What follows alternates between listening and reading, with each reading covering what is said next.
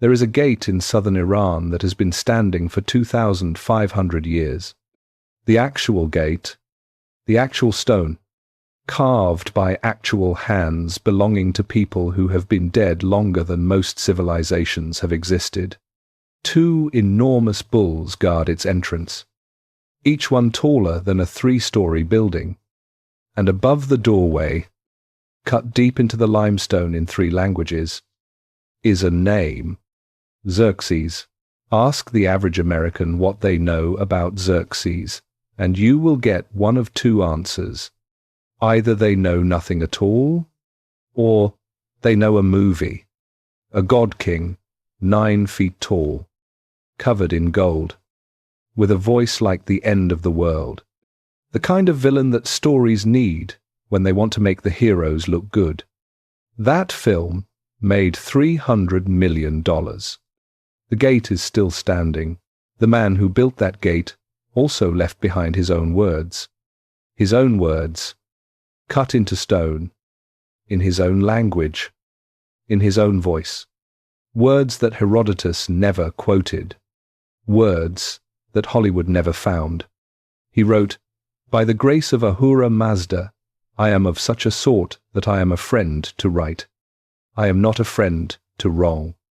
A man who described himself as a friend to right, remembered for 25 centuries as the face of Eastern tyranny. The warning the West tells itself about what happens when power goes unchecked. Those 2 things cannot both be completely true, and the distance between them is the whole story. In the 1930s, a team of archaeologists working in the ruins of Persepolis pulled something from the ground that had been sitting there for over 2,000 years. Clay tablets, thousands of them, administrative records from the Persian imperial treasury, wage records, supply lists, the names of workers, their job titles, how many quarts of grain or wine they received per day as payment. A young man from the Oriental Institute in Chicago spent weeks carefully lifting tablets from the earth with brushes smaller than his finger.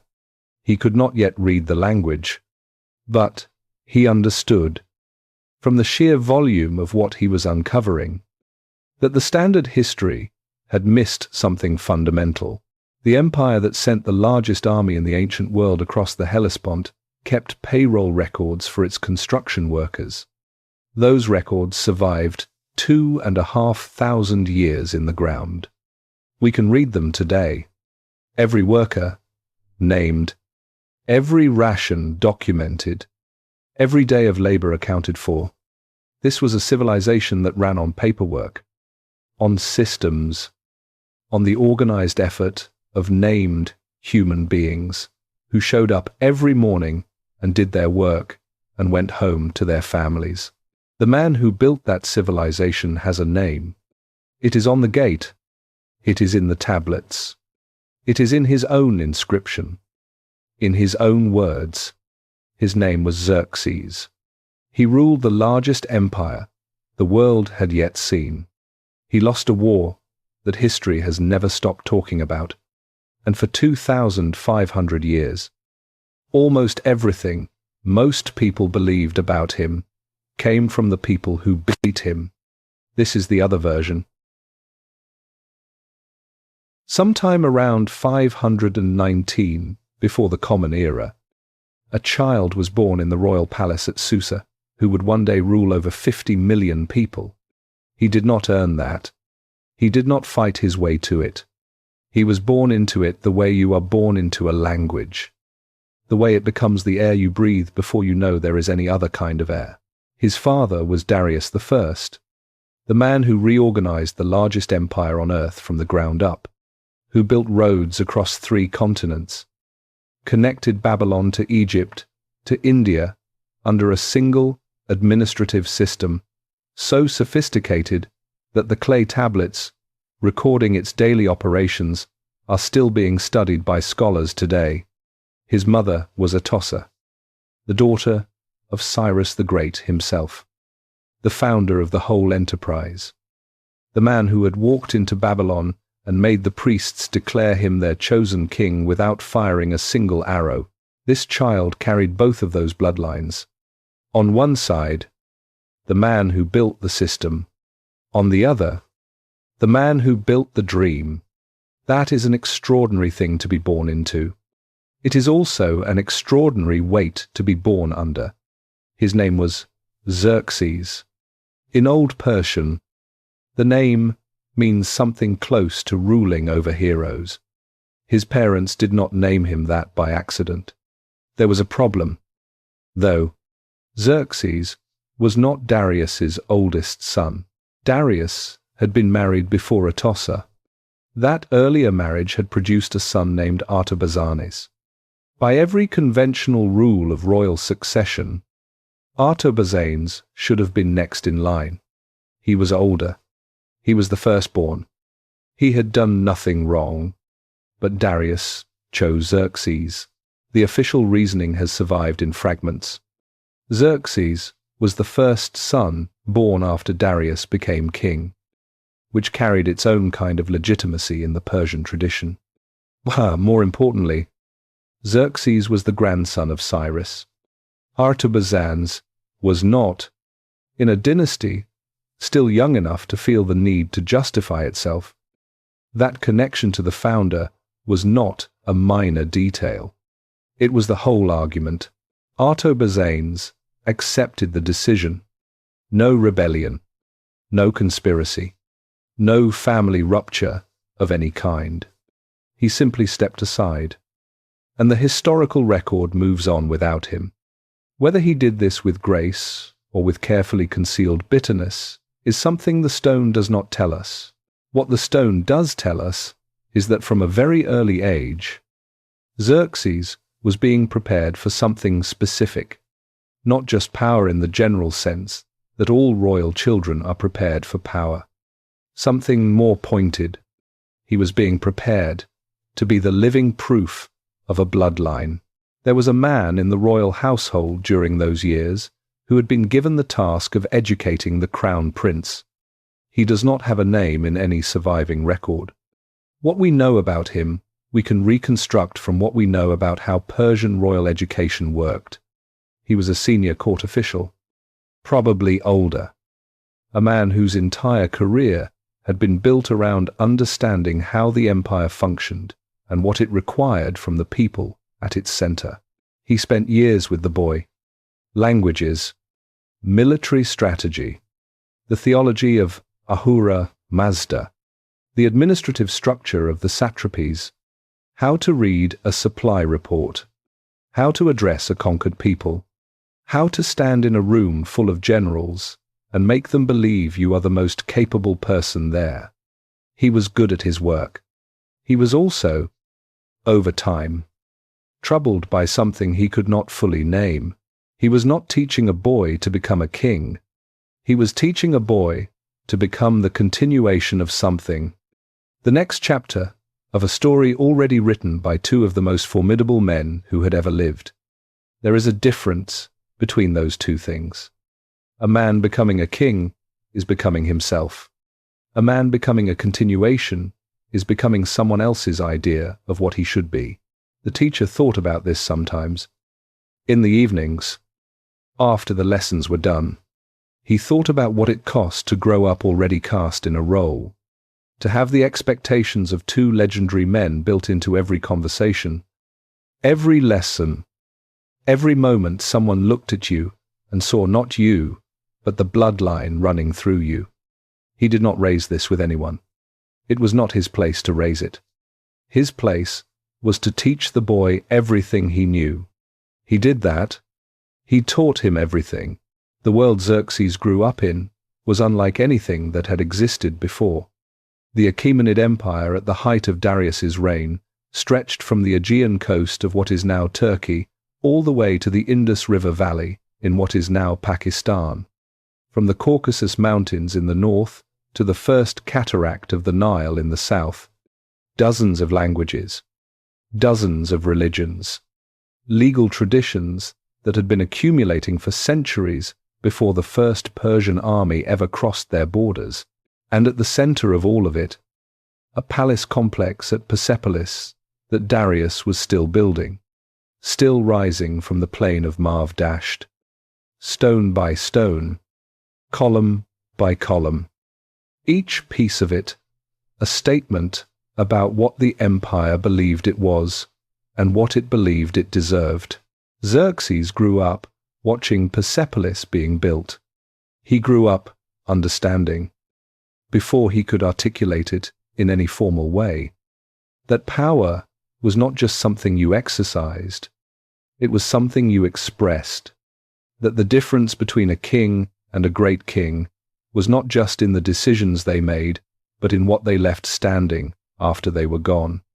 He absorbed this the way children absorb the values of the world around them, not as a lesson, as a fact of life, what no lesson could teach him, what the teacher thought about in the evenings, without ever finding a way to address, was the thing waiting for him on the other side of the throne.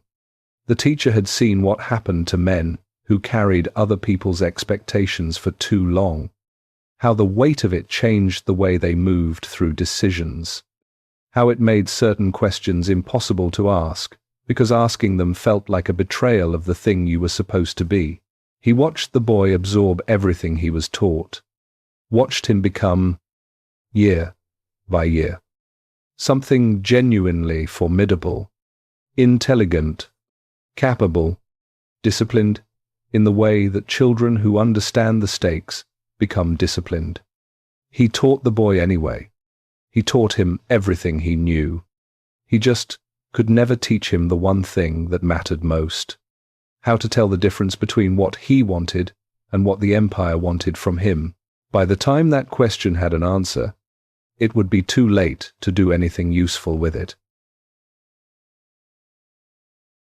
In the late summer of 490, before the Common Era, a Persian army landed on a beach northeast of Athens and lost a battle it had expected to win easily. The place was called Marathon. The army was not large by Persian standards. This was not the full weight of the empire thrown at a problem. This was a targeted operation, a punitive expedition designed to deliver a specific message to two specific cities that had done something the empire could not allow to go unanswered. Athens and Eretria had sent ships to support a rebellion inside Persian territory a decade earlier. Those ships had helped burn Sardis, the capital of the Western satrapies, in the logic of imperial governance, that could not stand, not because Athens was a threat, which it was not, but because every other province in the empire was watching to see what happened when someone defied the king and walked away clean. The expedition was supposed to be quick. Burn Eretria, burn Athens, install a cooperative government, leave. Eretria fell in 6 days. Then Marathon happened. 6,400 Persians died on that beach. According to the Greek count, the Athenians lost 192. The Persian commander loaded the survivors onto the fleet and sailed home. The campaign was over.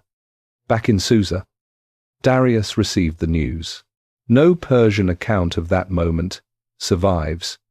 What we have are the consequences, which tell their own story. Darius did not shrug and move on. He did not accept Marathon as the ordinary cost of running an empire this large. He began planning, almost immediately. A second expedition, a real one this time. Not a punitive raid, but a full campaign, organized at a scale that matched what a genuine Greek problem actually demanded. He spent the next 4 years preparing it. There was a man in the administrative offices of the palace at Susa during those years, a middle-ranking official responsible for coordinating supply requisitions between the central treasury and the western provinces. His name appears in several clay tablet records from this period, always in the context of logistical requests, always in the careful, bureaucratic language of someone who understands that clarity in paperwork is a form of survival. He knew what the requisitions were for. Everyone in the palace knew. The scale of what was being assembled was impossible to miss. He processed the requests. He forwarded them to the appropriate departments. He noted, in the way that careful people note things without writing them down anywhere, that the quantities being assembled were not the quantities of a punitive expedition. They were the quantities of something much larger. He made sure the numbers were right and went home to his family every evening. Darius died before the campaign could launch. 4 years of preparation, the administrative machinery in motion, the shipyards building, the satrapies levying troops, and then, in 486, before the Common Era, Darius was gone, and everything he had set in motion was still in motion. And there was a new king on the throne who had inherited not just an empire, but a to-do list with one very large item still unchecked. Here is what that meant for Xerxes. He had not started this war. His father had started it. His father had started it because Athens had helped burn a Persian city, because the imperial logic of deterrence required a response, because Darius was the kind of man who finished what he started. Now Darius was dead, and the response was half assembled in warehouses from Egypt to Bactria. And every general and every satrap and every official who had spent 4 years building toward this moment was waiting for the new king to be the man who saw it through. Say no? And you are the king who abandoned your father's unfinished business, who let Athens keep its victory and its story, who told every province in the empire that the lesson of Marathon was that defiance works. Say yes, and you are committing the empire to the largest military operation in its history, in territory your father had never controlled, against an enemy that had already demonstrated it could fight better than anyone expected. Xerxes said yes. The question that history has argued about ever since is whether that yes was a free choice. Think about what freedom actually means in that context. A king at the center of an empire is not a free agent. He is the apex of a system. And the system has momentum. And the momentum of this particular system had been pointed at Greece for 4 years before he sat down in his father's chair. The generals around him had been planning. The satraps had been requisitioning. The machine was already running. The question was not whether to start it. The question was whether to stop it. Stopping it would have required a reason. Not just reluctance, not just doubt, but a reason powerful enough to justify undoing 4 years of preparation and absorbing the political cost of telling every man who had invested in this campaign that it was over. Xerxes did not have that reason, or if he had doubts, they were not strong enough to overcome the weight of everything pointing in the other direction. He inherited the plan along with the throne. There was one man in the royal court who argued against it. His name was Artabanus, the king's own uncle, a man old enough to have watched Marathon from a distance and experienced enough to understand what it meant. He made his case. He said the sea was dangerous. He invoked the Scythian campaign, the one Darius had launched into the steppe, and been unable to complete because there was nothing to conquer. He said the Greeks were not like other opponents. Herodotus tells this scene as a moral lesson. The wise man warned the king. The king did not listen. Pride came before the fall. That reading is clean. It is also incomplete. Artabanus was not simply wise. He was also cautious in the way that older men in courts tend to be cautious. In the way that people who have seen plans go wrong develop a preference for plans that do not try too hard. His warnings were real. They were also somewhat general. He said the sea was dangerous, which is true of all seas. He said the Scythians were a warning. which they were.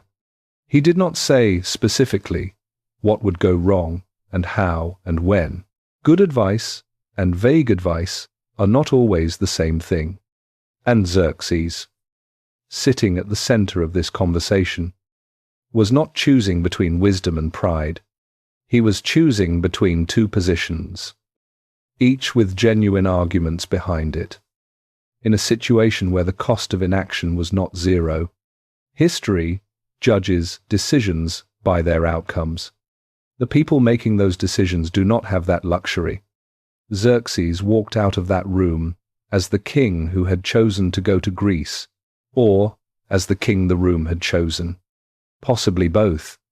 The supply official in Susa processed his last requisitions for the Western campaign, checked the numbers one final time, and noted in the margin of his ledger that all figures were correct and all deliveries were on schedule. They were. The machine was ready. Before Xerxes could take a single step toward Greece, he had to prove something more fundamental. He had to prove the empire would stay empire while he was looking the other way. The first test came within months of taking the throne. Egypt. The Egyptians had been inside the Achaemenid system since Cambyses conquered them in 525 before the Common Era. 60 years of Persian rule had not erased 3,000 years of being the oldest continuous civilization on earth. They tolerated the arrangement. They did not love it. And the moment Darius died, and a new king was still finding his footing, they made the calculation that newly crowned kings often inspire in the people watching them. This might be the moment. Xerxes responded with a speed that surprised people who had been testing the edges of his authority. He assembled a force, moved it into position, and ended the Egyptian uprising within 2 years. No prolonged negotiation, no attempt to talk his way to a resolution. The rebellion was a military problem. He treated it as one. Then Babylon. The Babylonians had been the cultural center of the ancient world for so long that they had genuine difficulty thinking of themselves as a province of anything. Babylon was not just a city. It was an idea, a weight of history and religious tradition and architectural achievement that made even Persepolis feel new by comparison.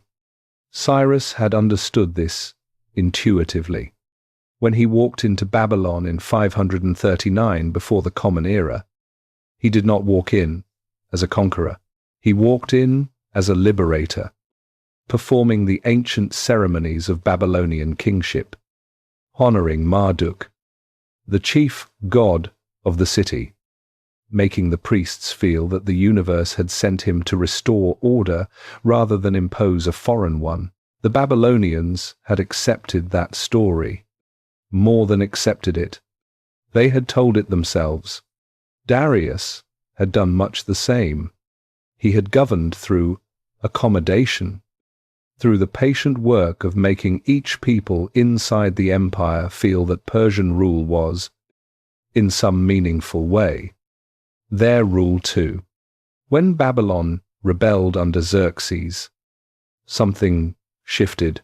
He put the rebellion down. That part was the same. But what came after was different. Ancient sources suggest that in the wake of the uprising, Xerxes treated Babylon with considerably less accommodation than his predecessors had. The priestly class that had been the ideological backbone of Babylonian acceptance of Persian rule found the relationship changed.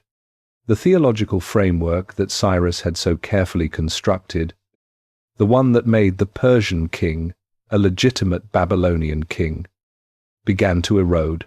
Whether this involved specific acts, like the removal of a sacred statue, which later tradition claims, is something modern scholars genuinely debate. The details are contested. What is not contested is the perception it created. Babylonian elites experienced Persian rule under Xerxes as harder, less interested in local legitimacy. more willing to simply assert imperial authority rather than earn it through the language of each province. Stand in that moment, inside Xerxes as he made these decisions. He had just come off Egypt. He was managing an empire of 50 million people while preparing the largest military campaign in the history of that empire. He had watched his father spend years building a system that required constant, patient attention to every local tradition in every province. And he had also watched that system not prevent rebellion in Egypt, not prevent rebellion in Babylon. The accommodations Cyrus and Darius had made did not stop people from rising when they thought the center was weak. So, what was the point of the accommodation? This was not a stupid question. It was, in fact, a reasonable question for a king to ask at that moment.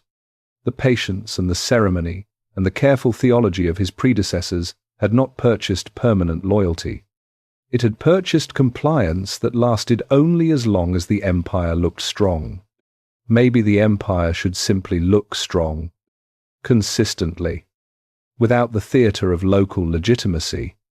The logic has real appeal. The cost is also real. There was an old priest in Babylon who had served his temple for most of his adult life. He had made his peace with Persian rule over decades, had found ways to speak the language of Achaemenid authority inside the framework of Babylonian theology. He had done this not because he was a collaborator without principles, but because he was a practical man who understood that civilizations outlast any particular political arrangement, and that keeping the tradition alive mattered more than keeping it pure. He was very good at this. When the relationship between Babylon and the Persian throne changed under Xerxes, he stood in the temple and felt something that he did not have clean words for. Not rage, not despair. Something more like the recognition that a certain kind of conversation had ended, that the empire had decided it no longer needed to speak in his language, and that everything he had built his accommodation on had been, in some sense, a misunderstanding. He continued doing his work. The rituals continued. The tradition survived. But he understood now that it was surviving differently than it had before. Not with the blessing of the throne. Alongside the throne, in a space the throne had chosen not to look at too carefully. He did not know it then, but that was a more durable arrangement than the one that had preceded it. Traditions that survive by being ignored often outlast the institutions that tolerate them. He swept the floor of the temple and said the prayers that needed to be said and went home. Here is the thing about how Xerxes handled Babylon that gets lost when you reduce it to a simple story of a heavy-handed king destroying what his predecessors built. He was making a choice that his position made almost inevitable. He was inheriting two contradictory instructions. His father and grandfather had said govern through accommodation, make each people feel seen. His father's death had said accommodation does not prevent rebellion when the center appears weak. He could not do both. He chose the version that prioritized the appearance of strength. It was not a foolish choice. It was not a wise one either. It was the choice of a man who had been taught everything about how the empire worked and almost nothing about the limits of what strength alone could accomplish. He held the empire. Egypt was back in line. Babylon was back in line. The provinces were watching and they were seeing what Xerxes wanted them to see. A king who could hold what he had. What they were also seeing, though none of them would have said it in those terms, was a king who governed differently than Cyrus had governed, who trusted the machine more than he trusted the relationship, who had decided that the empire's size was its argument, and that argument should be enough. It would take years for that difference to matter in any way that the historical record clearly shows. The preparations for Greece continued. The machine kept running. There is a scene in Herodotus that historians have argued about for 2,000 years. Xerxes calls his senior advisors together. He tells them he intends to invade Greece. He explains his reasoning at length. Then Mardonius, the king's cousin and his most ambitious general, stands up and endorses the plan with enthusiasm. He says the Greeks fight poorly, that the campaign will be easy, that the empire should already be pushing further west. Then Artabanus stands up and says the opposite.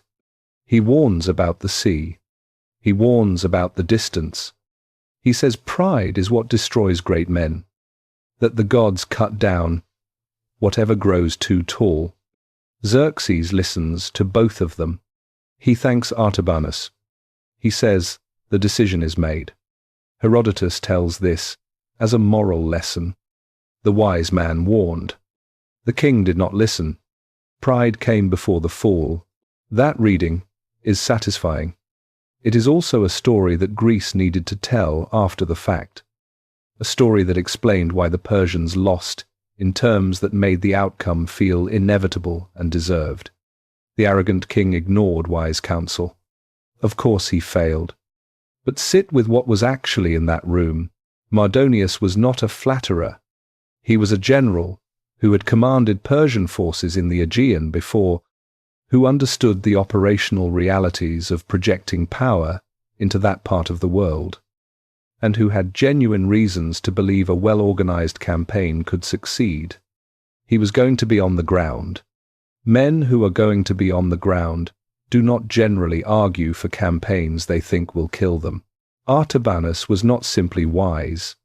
He was cautious in the way that older men in courts tend to be cautious, in the way that people who have seen plans go wrong develop a genuine preference for plans that do not try too hard. His warnings were real. They were also somewhat general. He said the sea was dangerous. He said the Scythians were a warning. He did not say specifically what would go wrong, when, and how. Good advice and vague advice are not always the same thing. Xerxes was not choosing between wisdom and arrogance. He was choosing between two positions, each held by a capable man, each with real arguments behind it, in a situation where the cost of not acting was not zero. Think about what not acting actually meant. Athens was still standing. The city that had sent ships to help burn Sardis. The city whose soldiers had chased Persian troops back to their boats at Marathon. Every year that passed without a response was another year of that story being told. Another year of Athens becoming the city that had bled the empire and walked away. Inside the empire, in the provinces that had watched Marathon and were watching still, that story had weight. An empire does not stay an empire by absorbing that kind of story indefinitely. Xerxes understood this. He had been educated to understand exactly this. The empire ran not just on military force, but on the perception of military force. The moment the perception cracked, the moment a province believed it could do what Athens had done and survive, the whole system was in danger. Go to Greece. And the crack was addressed. Maybe it worked. Maybe it did not. But the logic of going was not madness. Stay home. And the crack widened every year. Quietly. In the minds of every satrap and every local king and every priest who had watched Marathon and was watching still, there was a young scribe in the council chamber that day, newly appointed, whose job was to record the proceedings for the official archive. He wrote quickly and carefully. He was too new to have learned the habit of pausing to think about what he was writing rather than simply writing it. Later in his career he would develop that habit. Not yet. He recorded Mardonius's arguments. He recorded Artabanus's warnings. He recorded the king's response, which was measured and formal and gave nothing personal away. When the session ended and the advisors filed out. He sat for a moment, looking at what he had written. He had been in the room. He had heard everything. He had no idea which man was right. He rolled the scroll and placed it in the archive and went home. There is one more thing about that room worth sitting with. After the formal session ended, Herodotus records a private conversation between Xerxes and Artabanus, in which Xerxes acknowledges the dangers, but says he cannot stop the campaign now because the momentum is too great. Herodotus was not there. He cannot have gotten this from a transcript. The conversation, in its exact form, is almost certainly a literary construction, but the logic of it is real. There is a point in any large undertaking where the cost of stopping exceeds the cost of continuing, not because continuing is obviously correct, but because the investment already made creates its own gravity. 4 years of preparation creates 4 years of political commitments. Political commitments create expectations. Expectations create a version of reality that the person at the center cannot simply choose to exit. Xerxes understood this. Whether understanding it made him more free or less free is the question the room could not answer. He walked out as the king who had chosen to go to Greece. Or as the king the room had chosen, possibly both. Now here is what the council room actually was. Stripped of everything Herodotus added to it, a man at the center of an enormous system, surrounded by the weight of his father's unfinished business, his father's legacy, 4 years of preparation, and the imperial logic that had been built into him since the day he was old enough to be taught anything, making the decision that the system had been pointing toward for years. Was it his decision? He walked out, believing it was, and maybe that is what matters most. Not whether the decision was truly free, but whether the man making it believed he had made it. He believed it. He walked out into the corridor with that belief. The campaign began. In 483, before the Common Era, Xerxes gave 2 orders that had never been given before in the history of the world. The first was to dig a canal through the peninsula of Mount Athos, a finger of land jutting south into the Aegean, where a Persian fleet had been destroyed by storms 12 years earlier. The canal would be roughly 2 kilometers long and wide enough for 2 warships to pass each other going opposite directions. It would take 3 years and tens of thousands of workers. When it was done, ships would no longer have to round the dangerous cape. They would simply go through the mountain. The second order was to build 2 bridges across the Hellespont, the narrow strait separating Asia from Europe at its closest point. About 1.5 kilometers of cold, fast-moving water that had been a natural boundary between continents since before anyone was keeping records. Not bridges built on pilings driven into the seafloor. Bridges built on boats, hundreds of them, anchored side by side across the current, with planking laid across their decks and earth poured on top so that horses and men and supply wagons could walk from one continent to another without touching the water. Both of these things were done. The canal at Athos is still visible today in satellite photographs, a faint line across the neck of the peninsula where the earth was disturbed and never quite settled back the same way. The bridges are gone, because they were made of wood and rope and boats rather than stone. But they existed. Every account of the campaign confirms them. They were real. Start with the canal. The engineering logic is not complicated. A fleet that does not have to round Mount Athos does not lose ships to the storms that destroyed the previous fleet at that location. This is not vanity. This is logistics. Xerxes had a military problem, and he applied engineering to solve it. The same thinking that built the royal road, that organized the satrap system, that created the courier network connecting the empire from one end to the other. Large problem. Systematic solution. Enormous resources applied with deliberate intent. The people who actually dug the canal were workers drawn from the populations of the provinces. The campaign would pass through. Local labor, supervised by Persian administrators, doing the kind of massive earthwork that the ancient world did regularly, and that modern people find difficult to imagine without machinery.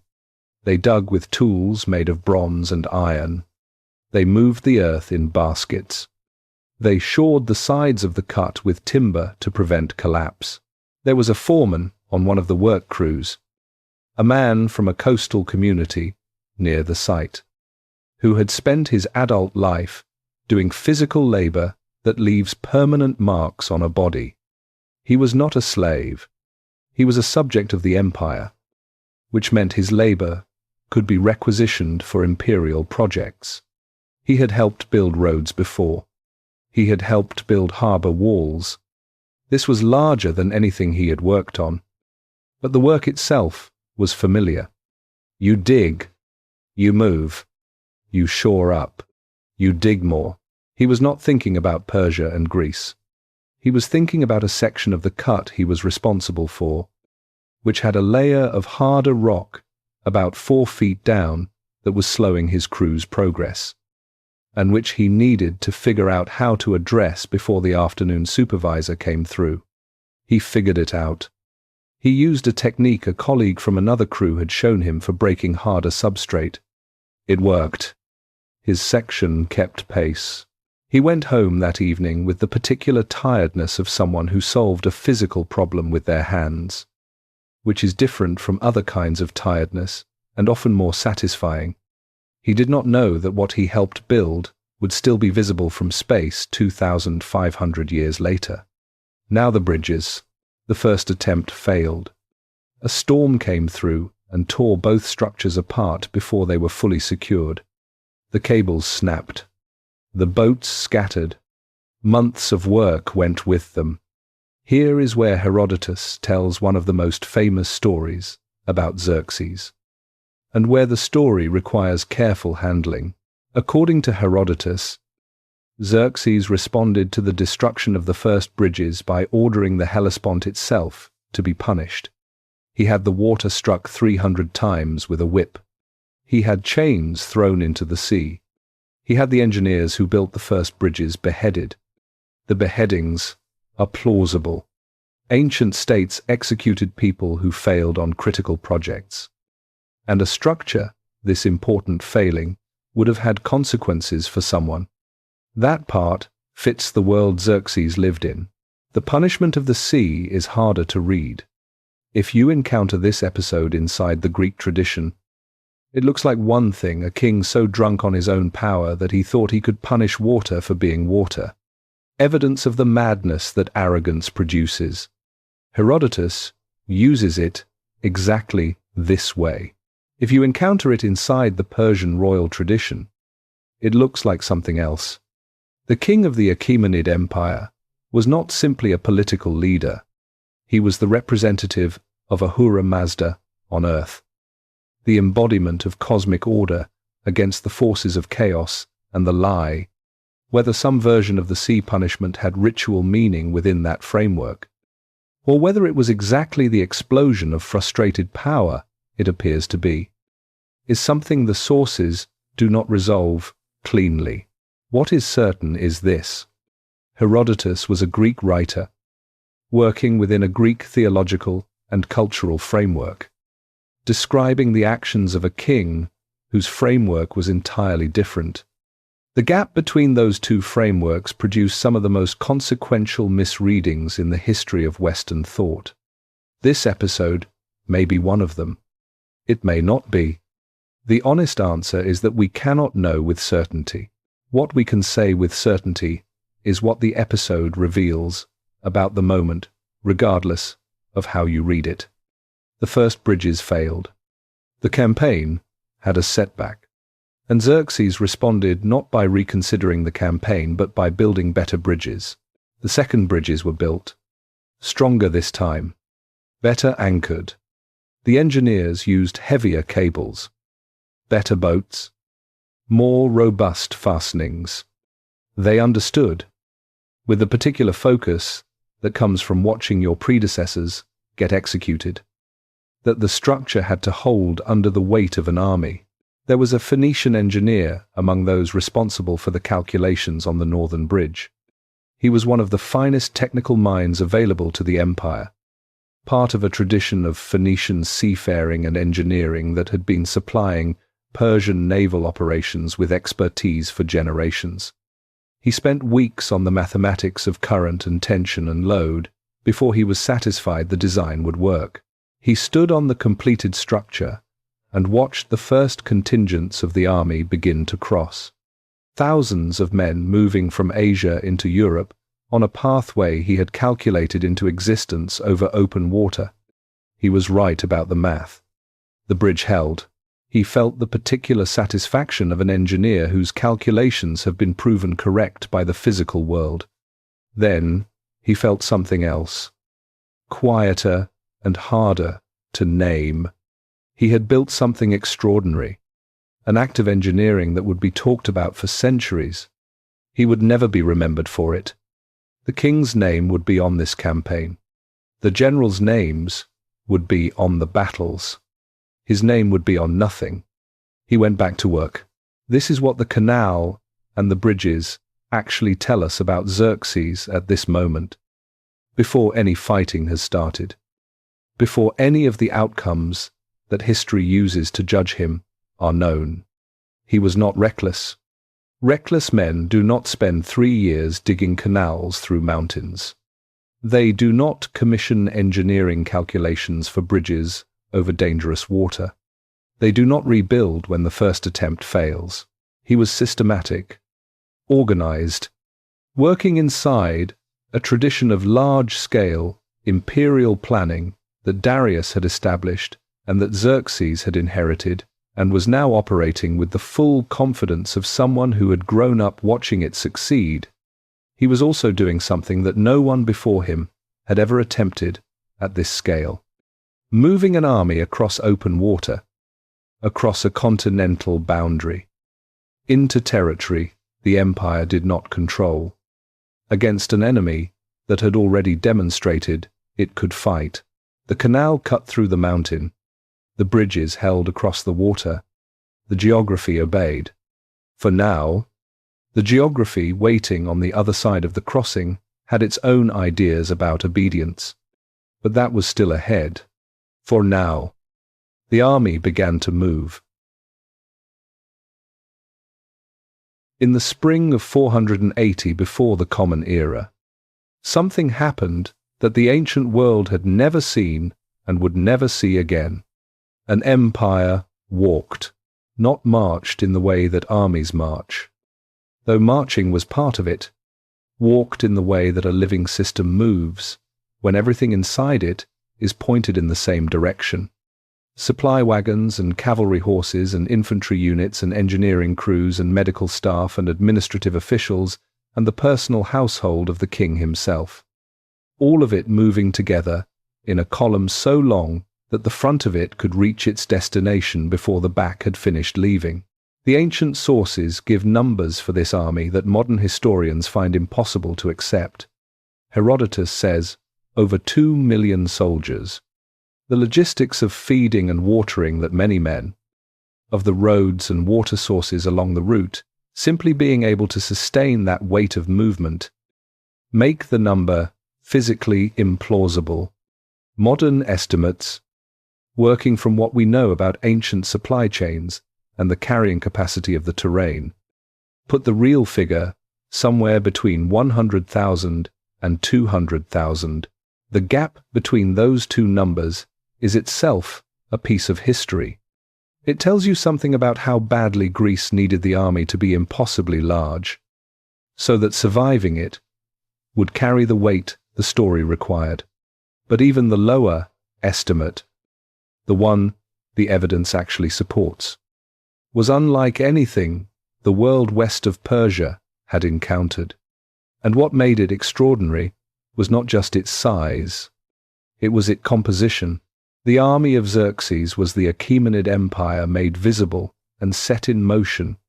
Persian infantry with wicker shields and short spears, Median cavalry in iron-scale armor, Bactrian horsemen from what is now Afghanistan, bringing a way of fighting on horseback that the Western world had barely encountered. Indian soldiers from the furthest reaches of the eastern satrapies, carrying bows made of cane and arrows tipped with iron. Ethiopians, who painted half their bodies white and half red before battle. Arabians on camels. Colchians from the shores of the Black Sea. And Ionians. Greeks themselves, subjects of the empire from the Aegean coast of Anatolia, marching to fight against other Greeks on behalf of a Persian king. Each of these groups fought in their own way, with their own weapons. Under officers who understood their particular traditions, the empire did not try to make everyone fight like Persians. It absorbed the fighting capabilities of the world the same way it absorbed everything else, keeping what worked and organizing it under Persian command. This was the military expression of what Cyrus had understood and Darius had systematized. An empire that forces its subjects to become something they are not creates permanent resistance. An empire that allows its subjects to remain what they are, while inserting itself at the top of the existing structure, creates something more durable. Every contingent in this army was a reminder that the empire was not just Persia. It was everything Persia had absorbed. There was a young soldier in the Lydian contingent who had grown up speaking Lydian at home and Persian when administrative necessity required it.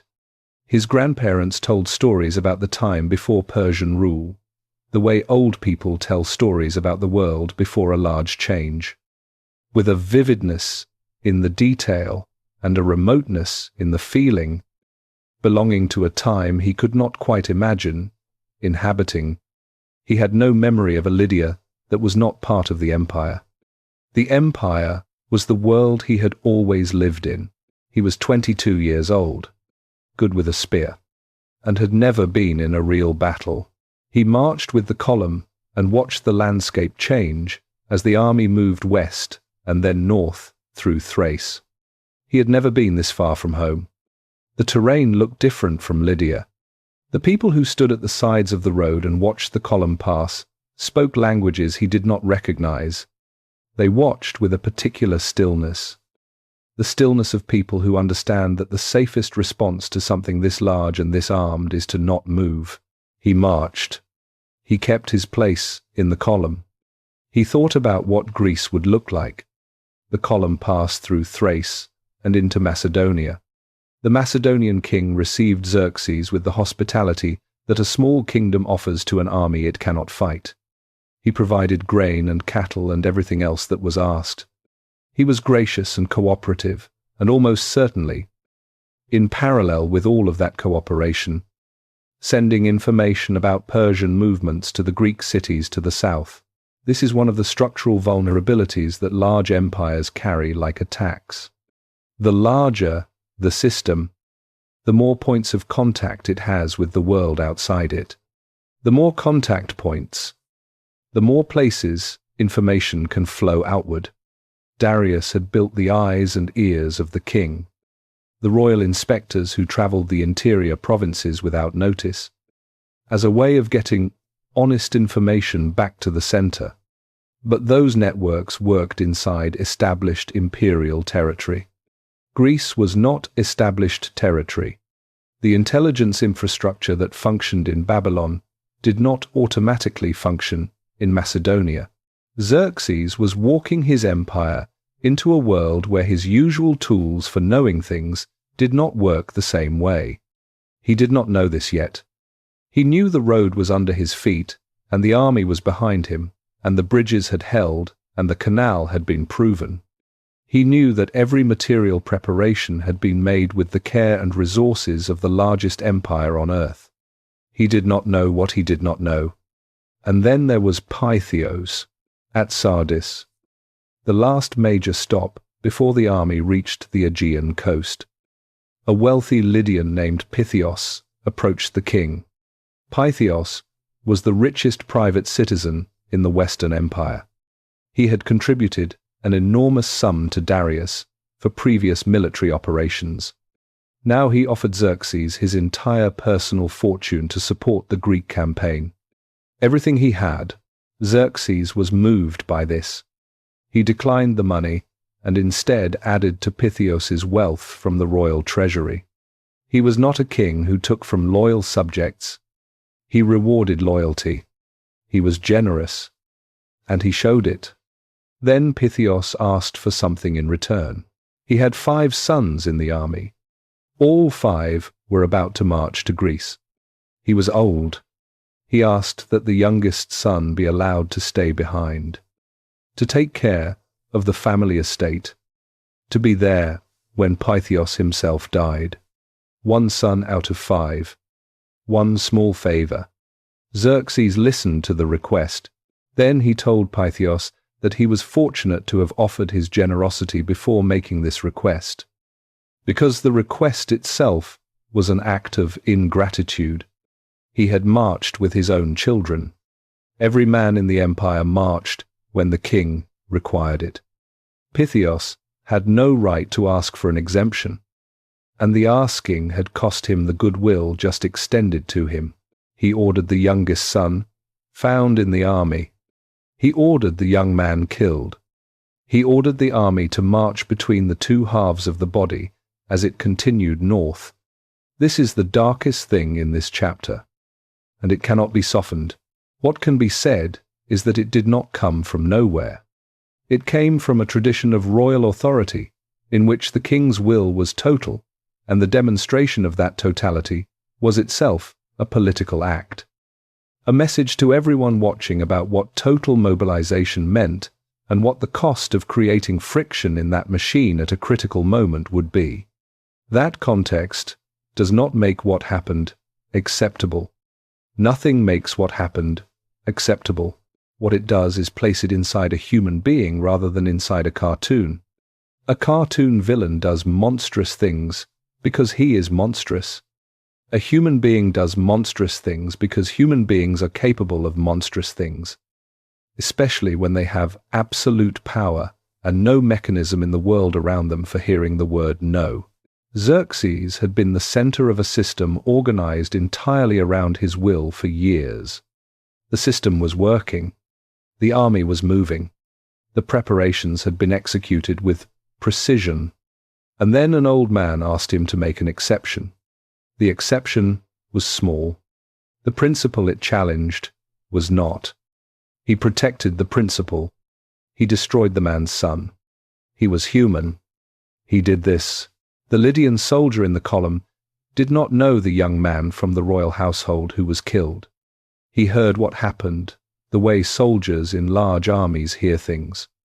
In fragments and rumors passed along the line.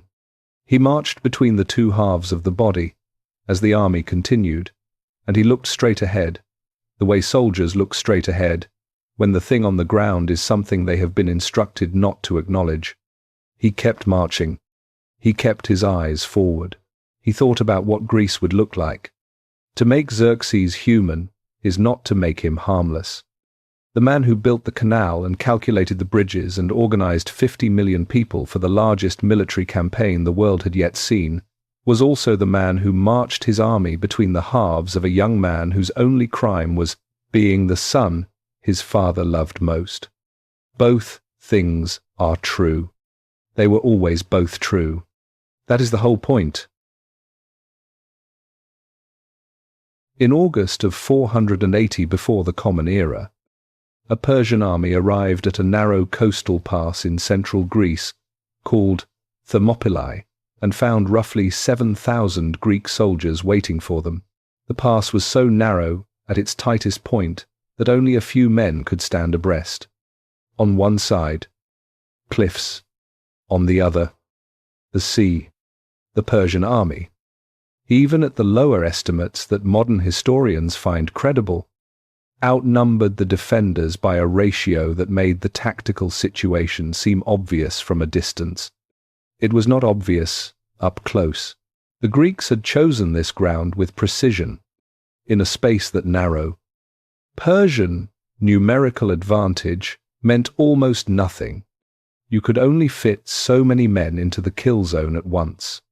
The Greeks, fighting in the tight formation of the hoplite phalanx, with overlapping shields and long spears and years of drilling the same coordinated movements until they became instinct, were a close-quarters machine built for exactly this kind of fight.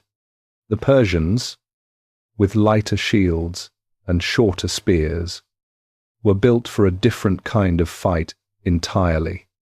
One where they could spread out and flank and use their numbers to come at an enemy from multiple directions simultaneously. In the past, they could do none of that. The first Persian attacks failed. Feel that for a moment. The largest army assembled in the ancient world, pointing itself at a gap in the rocks guarded by 7,000 men, and failing, not because the Persians were cowards, because they were not. The historical record is clear on their courage, but because the terrain had removed the thing that made them dangerous, the second attacks failed. Xerxes was watching from an observation position above the pass. He had come to witness what he expected to be the swift removal of an obstacle. What he was watching instead was his men dying in a space too narrow to use properly, against defenders who knew exactly what they were doing and had picked exactly the right ground to do it on. He sent in the immortals, his elite household guard, the 10,000 soldiers who were considered the finest fighting force in the empire. They had the same experience as everyone else. The pass did not widen for them. 3 days. For 3 days the pass held. Then a local man named Ephialtes came to the Persian camp and told them about a mountain path that went around it. The path existed. It was steep and difficult, and it had been assigned a defensive force, a contingent of Phocians who were supposed to hold it if the Persians ever found it. When the Persian force that moved through the night to use the path arrived at the Phocian position in the early morning, the Phocians looked at what was coming toward them in the grey light and pulled back to higher ground rather than stand and fight. The pass was flanked. When Leonidas understood that the path had been found and that Persian forces were moving around behind his position, he made a decision. He sent most of the Greek forces south. The Spartans stayed, 300 of them, plus several hundred Thespians, who chose to remain beside them rather than retreat. They stayed and they fought, and by the end of that day they were dead. Why did Leonidas stay? The sources give different reasons. A Spartan oracle had said that either Sparta or a Spartan king would fall in the war, and Leonidas may have believed he was fulfilling a prophecy. He may have understood that someone needed to hold the pass long enough for the main Greek forces to get clear. That a fighting rearguard was the practical military decision, even if it was also a death sentence.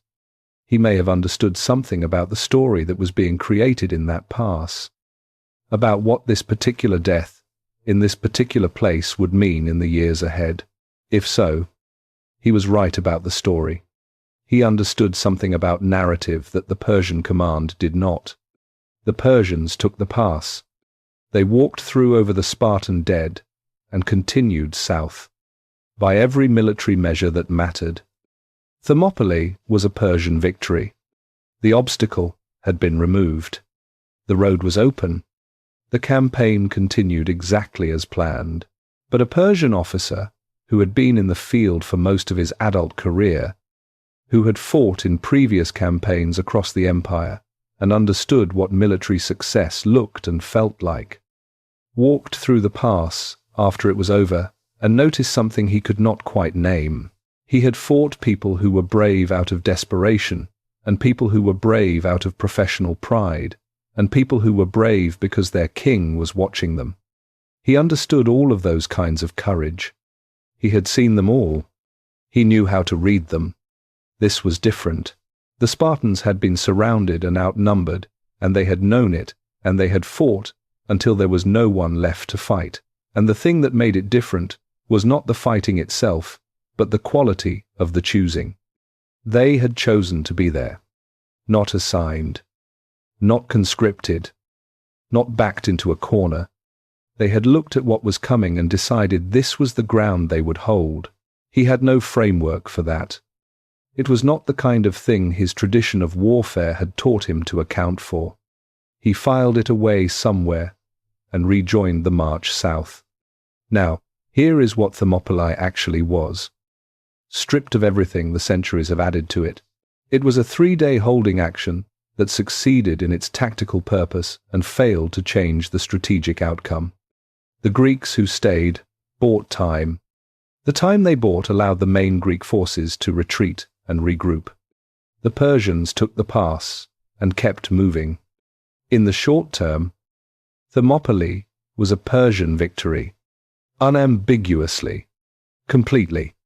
What it became is something else entirely. The Spartan dead were buried on the hill where they fell. An inscription was placed above them.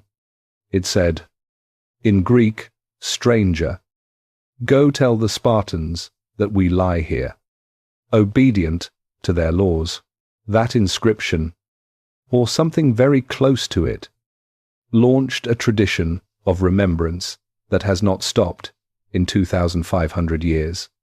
Every Western culture that has ever needed a story about a small force holding against overwhelming odds has reached for Thermopylae. Every coach who has ever given a locker room speech about fighting, regardless of the score, has reached, consciously or not, for the shape of this story. The Greeks had Herodotus. They had Simonides, the poet who wrote or may have written that inscription. They had a tradition of public commemoration, of speeches and monuments and annual ceremonies of remembrance that kept the story alive and gave it the shape they needed it to have. The Persians had stone. They had clay tablets. They had administrative records. They did not have a tradition of narrative history in the Greek sense, the kind that names individuals and quotes speeches and organizes events into stories with moral arcs and characters who make choices and face consequences. The kind of history that travels across centuries, not because it is accurate, but because it is useful, because it gives people the story they need to understand themselves. Military victory and the ownership of the story about military victory are not the same thing, and they do not always travel together.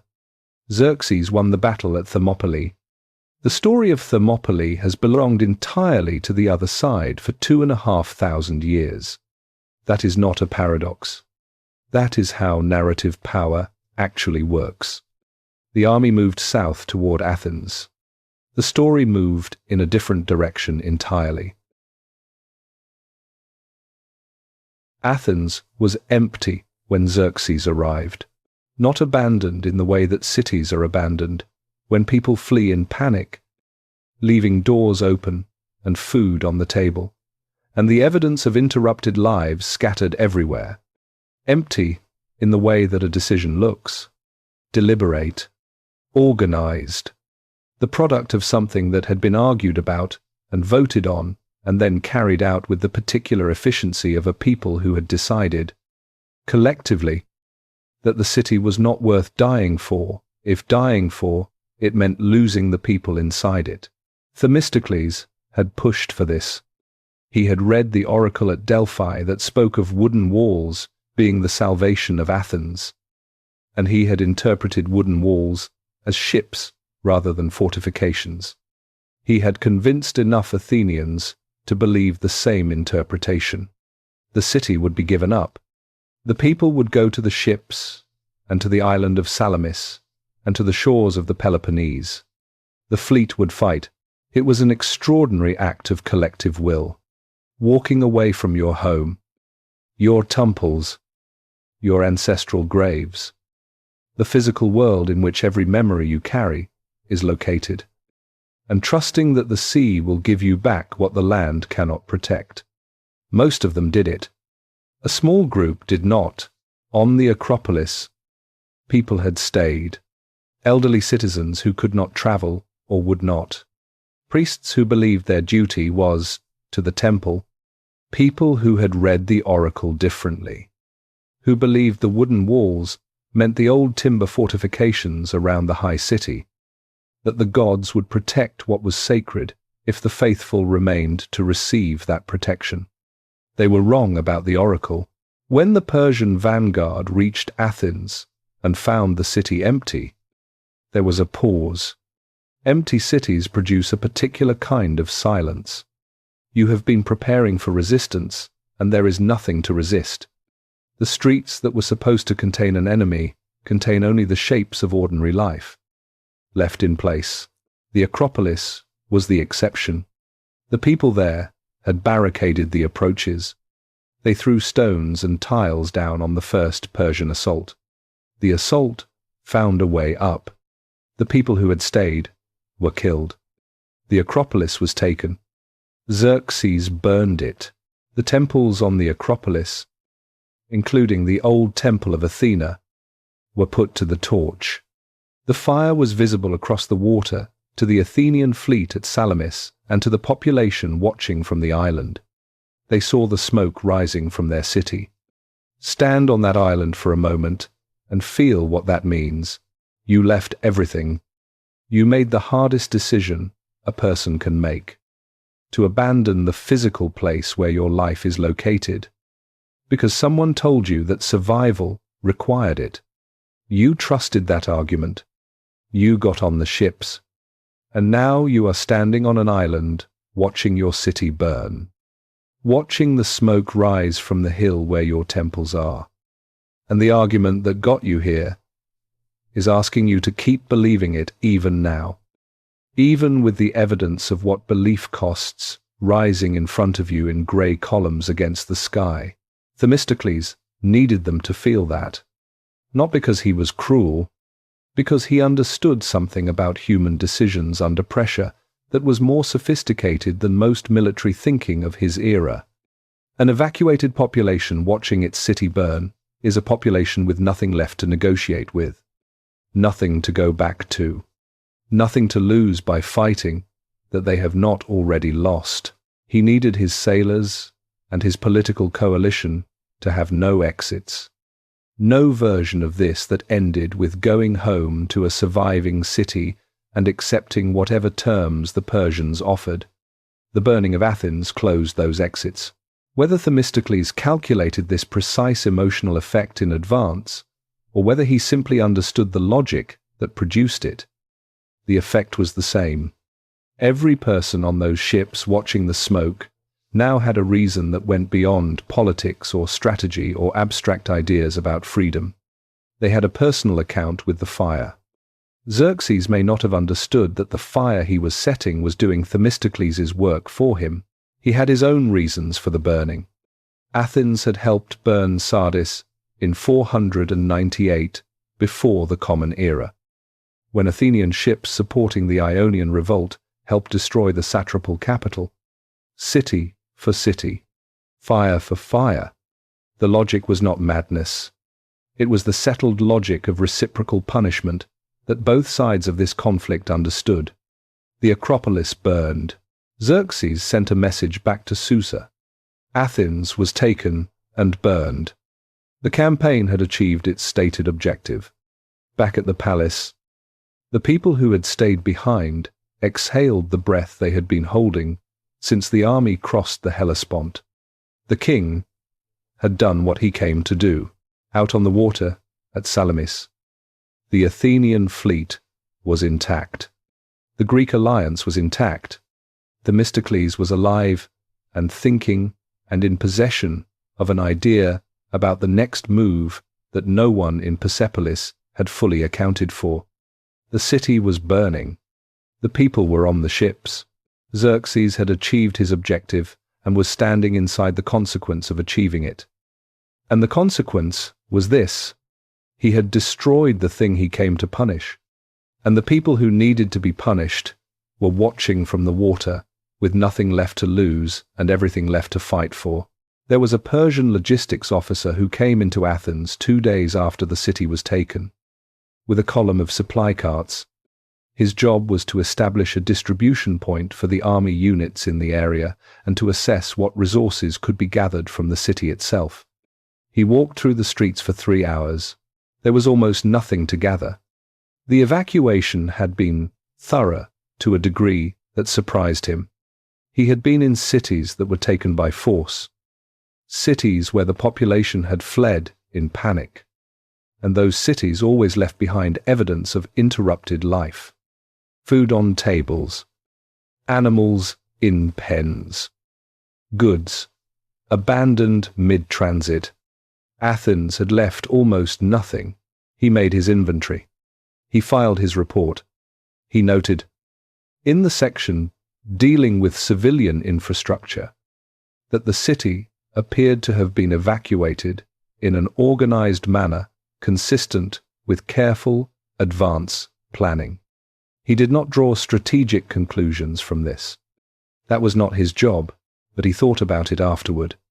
An evacuation that complete and that organized was the product of a city that had made a decision and committed to it long before the Persian army arrived. The city had not panicked. It had executed a plan. He was a logistics man.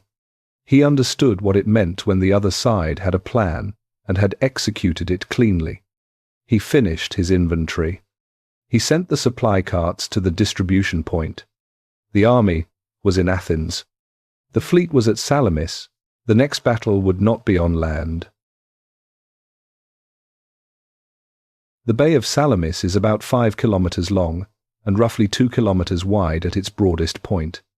At its narrowest, where the island comes closest to the mainland, the channel is less than 1.5 kilometers across.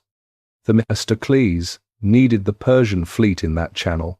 He needed it there because that channel was the only place where Persian numerical advantage in ships became a liability instead of an asset.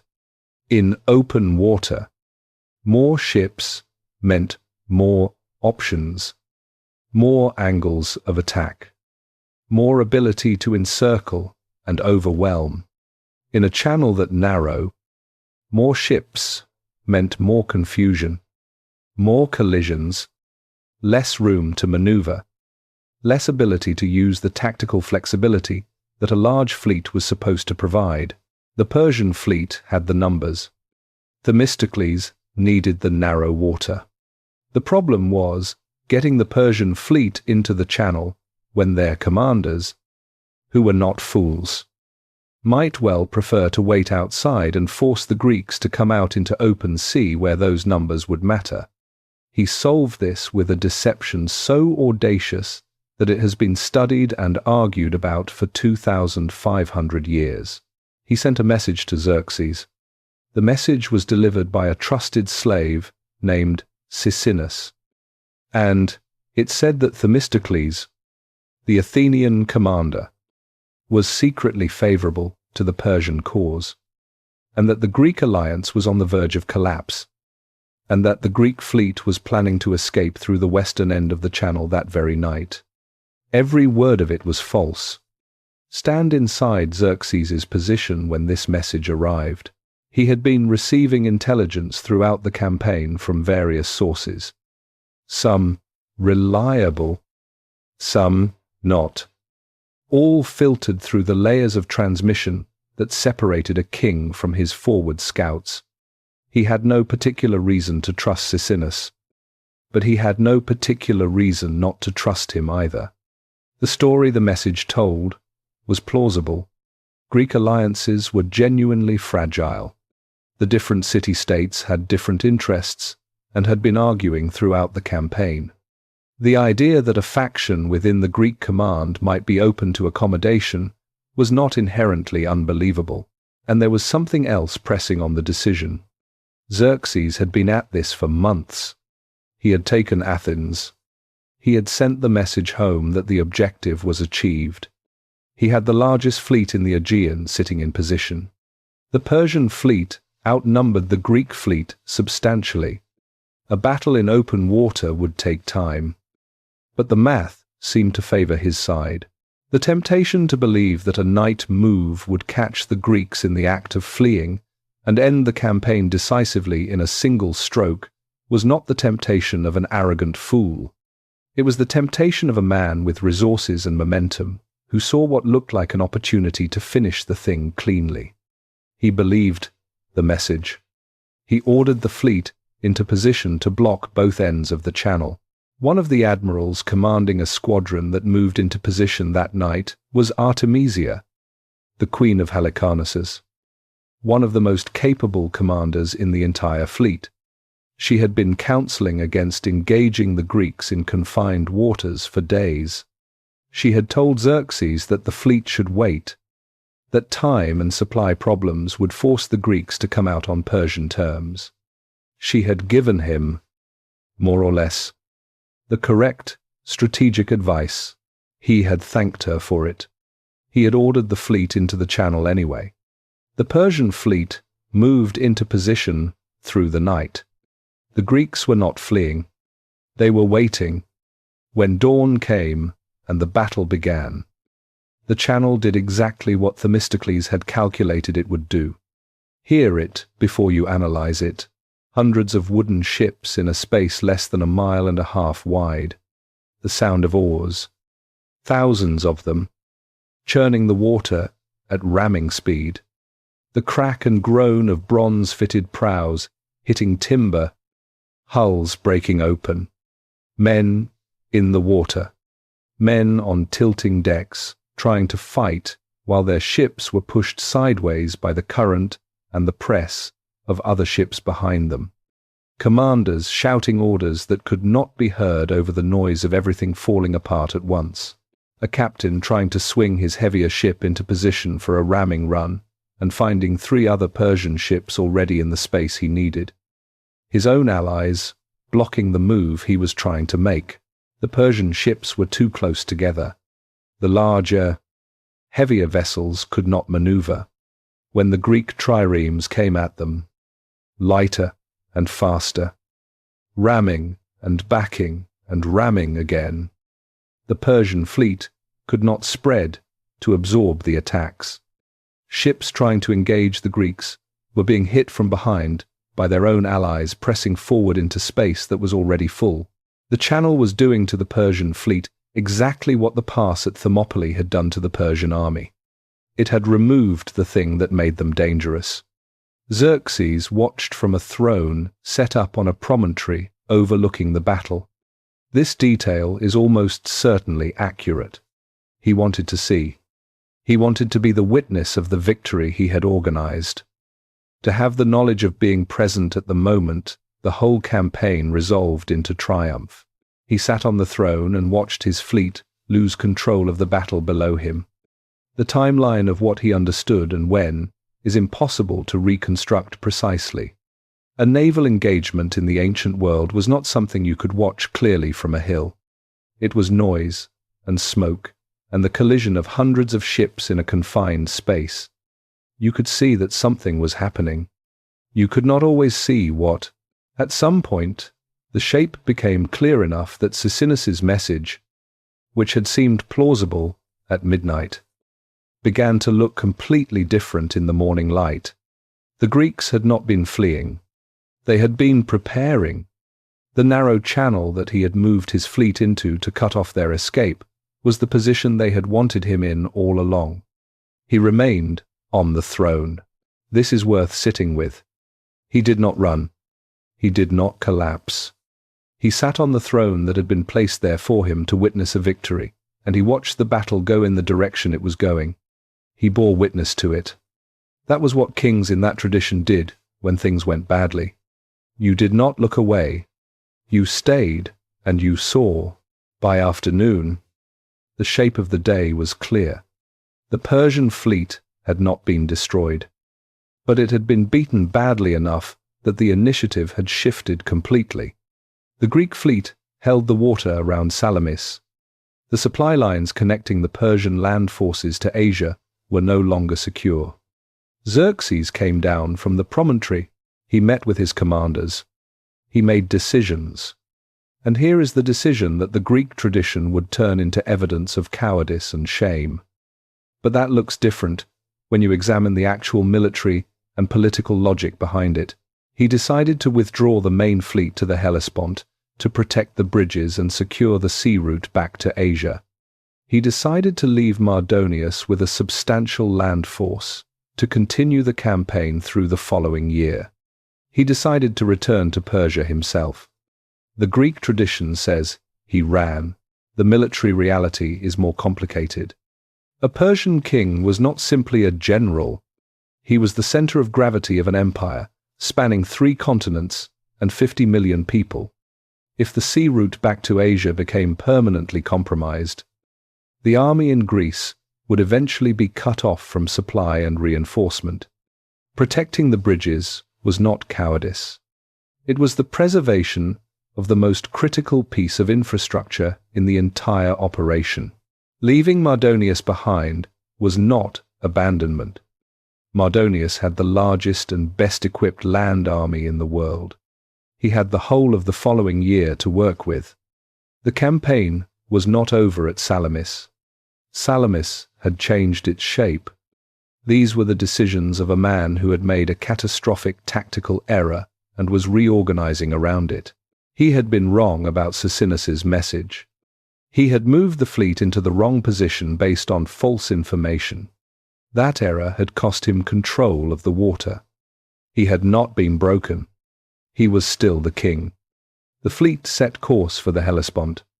Xerxes rode north. The bridges needed to be there when he arrived. They were. He crossed on them for the second time, moving east.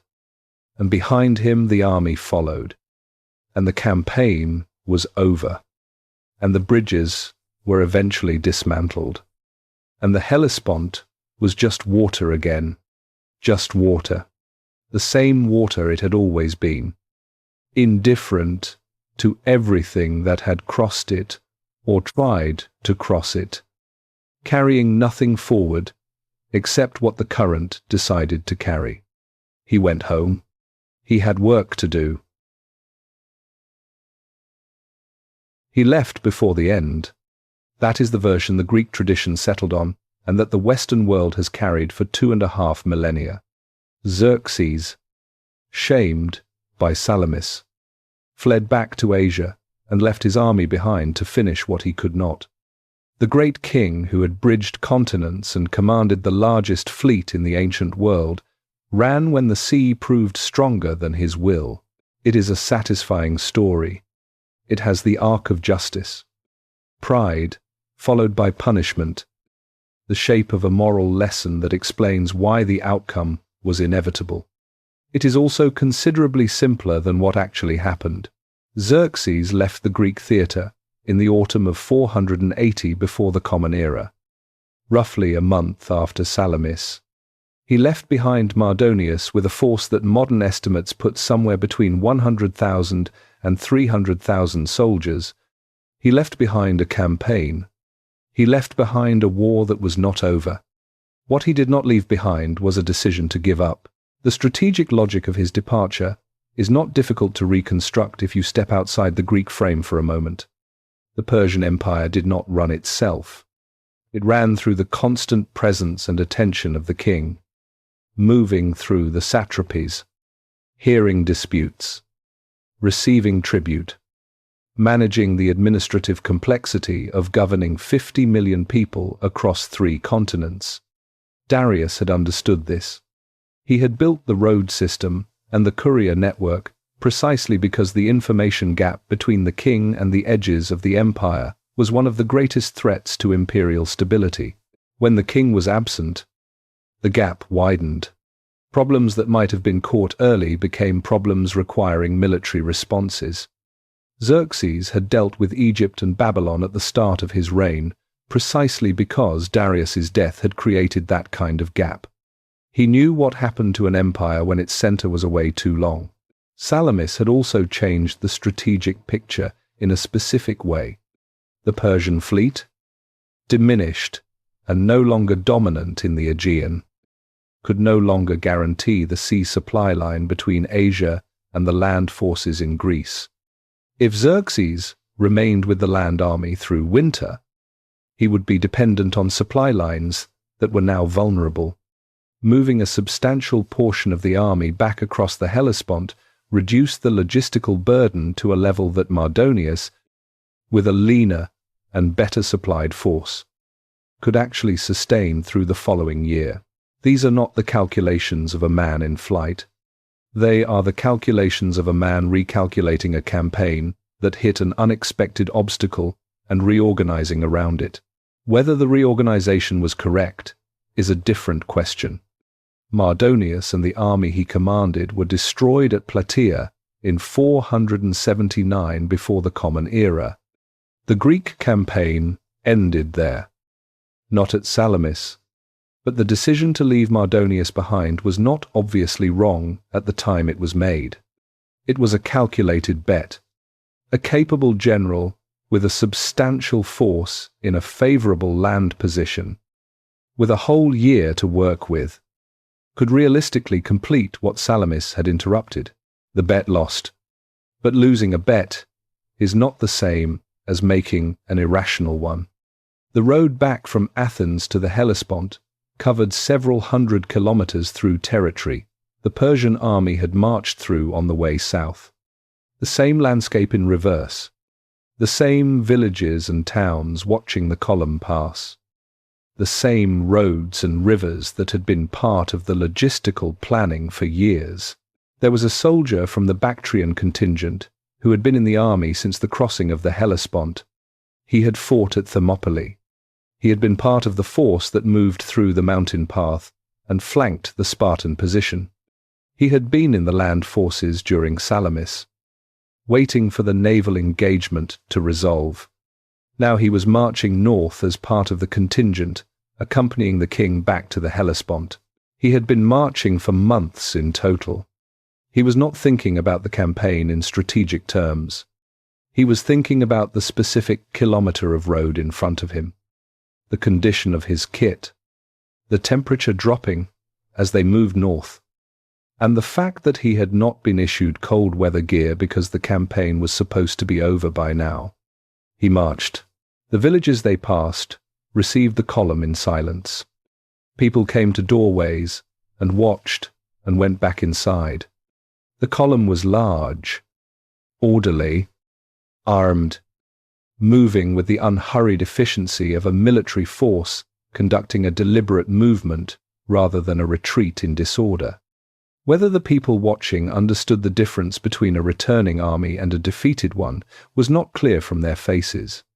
The Bactrian soldier did not think about their faces. He thought about the road. Plataea came the following year.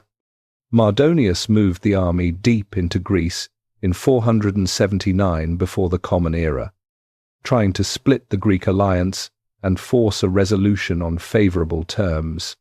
He failed. A combined Greek force met his army near the city of Plataea and destroyed it. Mardonius himself was killed in the fighting. The soldiers who survived scattered back toward the coast.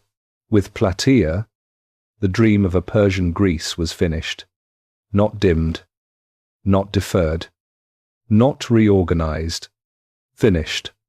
The campaign that Darius had begun preparing after Marathon, that Xerxes had inherited and committed to and crossed the Hellespont to complete, had ended without achieving its objective. Xerxes received the news in Persepolis. We do not know what he felt. No Persian source records his reaction with the kind of interior detail that would let us know.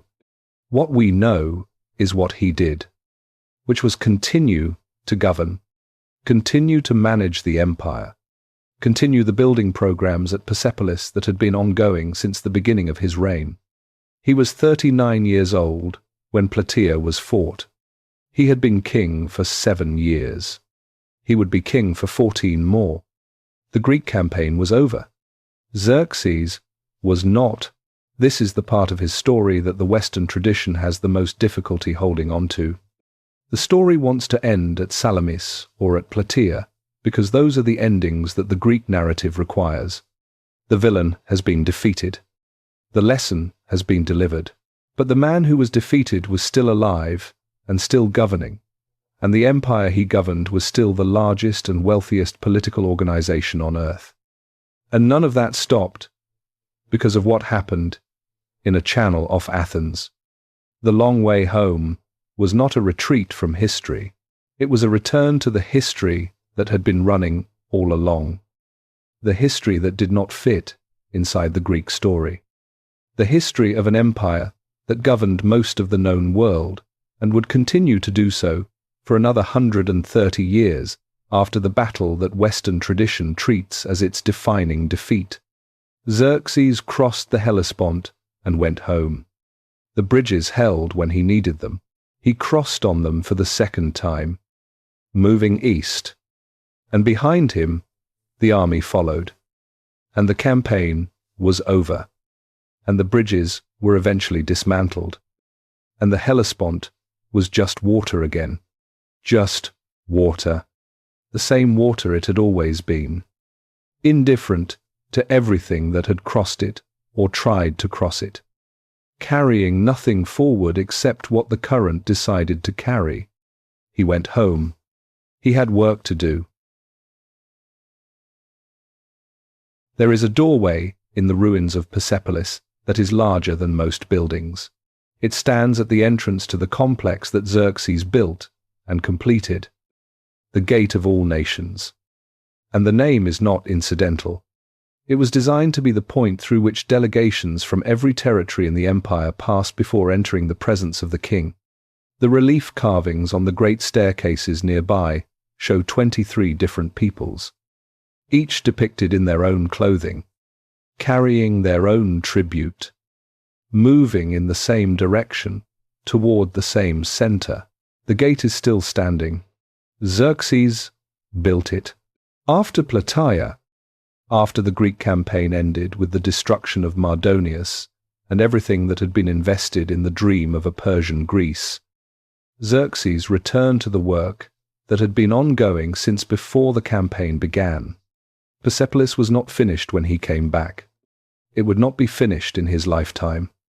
But what was completed, under his direct supervision, the Gate of All Nations, significant sections of the Apadana Audience Hall, the palace complex that extended what Darius had started, represents some of the most ambitious construction the ancient world produced. The clay tablets from the Persepolis treasury that archaeologists found in the 1930s record wage payments for workers at the site across the years following the Greek campaign. The work continued without interruption. The payments were made. The workers came. The stone was cut and fitted and raised. These tablets are not a monument to vision or ambition. They are something more useful. They are evidence that the machinery kept running, that the administrative system Darius had built and Xerxes had inherited continued to function with enough coherence to pay workers, manage supply chains, coordinate craftsmen from multiple provinces, and produce results still standing today. An empire that has been broken does not produce payroll records. It produces chaos. The records from this period produce payroll. There was a stone carver from the island of Cyprus who arrived at the Persepolis worksite in the years following the Greek campaign. Cyprus was inside the Persian sphere. Its cities culturally Greek, but politically subject to the empire. And Cypriot craftsmen had a reputation for stonework that drew on both traditions. He had been recruited through the networks of the imperial construction program, offered wages that were competitive with what he could earn at home, and made the journey to the Iranian plateau with 3 colleagues from his community. He had heard about the Greek campaign. Everyone had heard about it. He had no strong feelings about Xerxes either way. He was a stone carver. He cared about stone. What he found at Persepolis surprised him. He had expected, based on what he had heard, that he would find a construction site operating under the shadow of defeat, slowed by reduced resources, organized with less ambition than the stories about Persian imperial building had suggested. Instead, he found the opposite. The site was large. The standards were uncompromising. The supervision was demanding, in the way that demanding supervision is when the people doing the demanding actually care about the result. He was assigned to a section of relief carving on one of the staircases. The work was detailed and repetitive, and required the kind of concentrated attention that leaves no room for thinking about anything else. He was good at this. He found it absorbing, in the way that craftsmen find absorbing the thing they have spent their lives learning to do. He worked at Persepolis for 4 years. He cut the same repeating pattern hundreds of times in that period, with the slight variations that come from doing something by hand over a long stretch. No 2 repetitions exactly identical, close enough that no casual viewer would ever notice. He noticed, one afternoon, in a section that would be covered by a decorative border once the adjoining work was complete, he carved his name into the stone, not in a place anyone would see, in a corner behind where another piece would sit flush against it. Just his name, in the script of his home island, pressed into the limestone with the same chisel he had been using all day. He did not do it to be remembered. He knew the stone would be covered. He did it because he had spent 4 years cutting other people's permanence into rock, and he wanted, just once, to put something of his own into the material. He went back to work. He went home to Cyprus after 4 years, with savings and sharpened skills, and he never returned to Persepolis. He told people at home about the scale of what he had seen, and they found it difficult to imagine, because scale at that level genuinely resists description to people who have not stood inside it. He did not tell them about the name in the corner. That felt like something between himself and the stone. Now here is the question that the tablets and the carver and the gate of all nations together force to the surface. What was Xerxes building? The surface answer is that he was continuing the work his father had started. The construction of a complex that would express in physical form the nature and ambitions of the Achaemenid Empire. This is true. But it is not complete.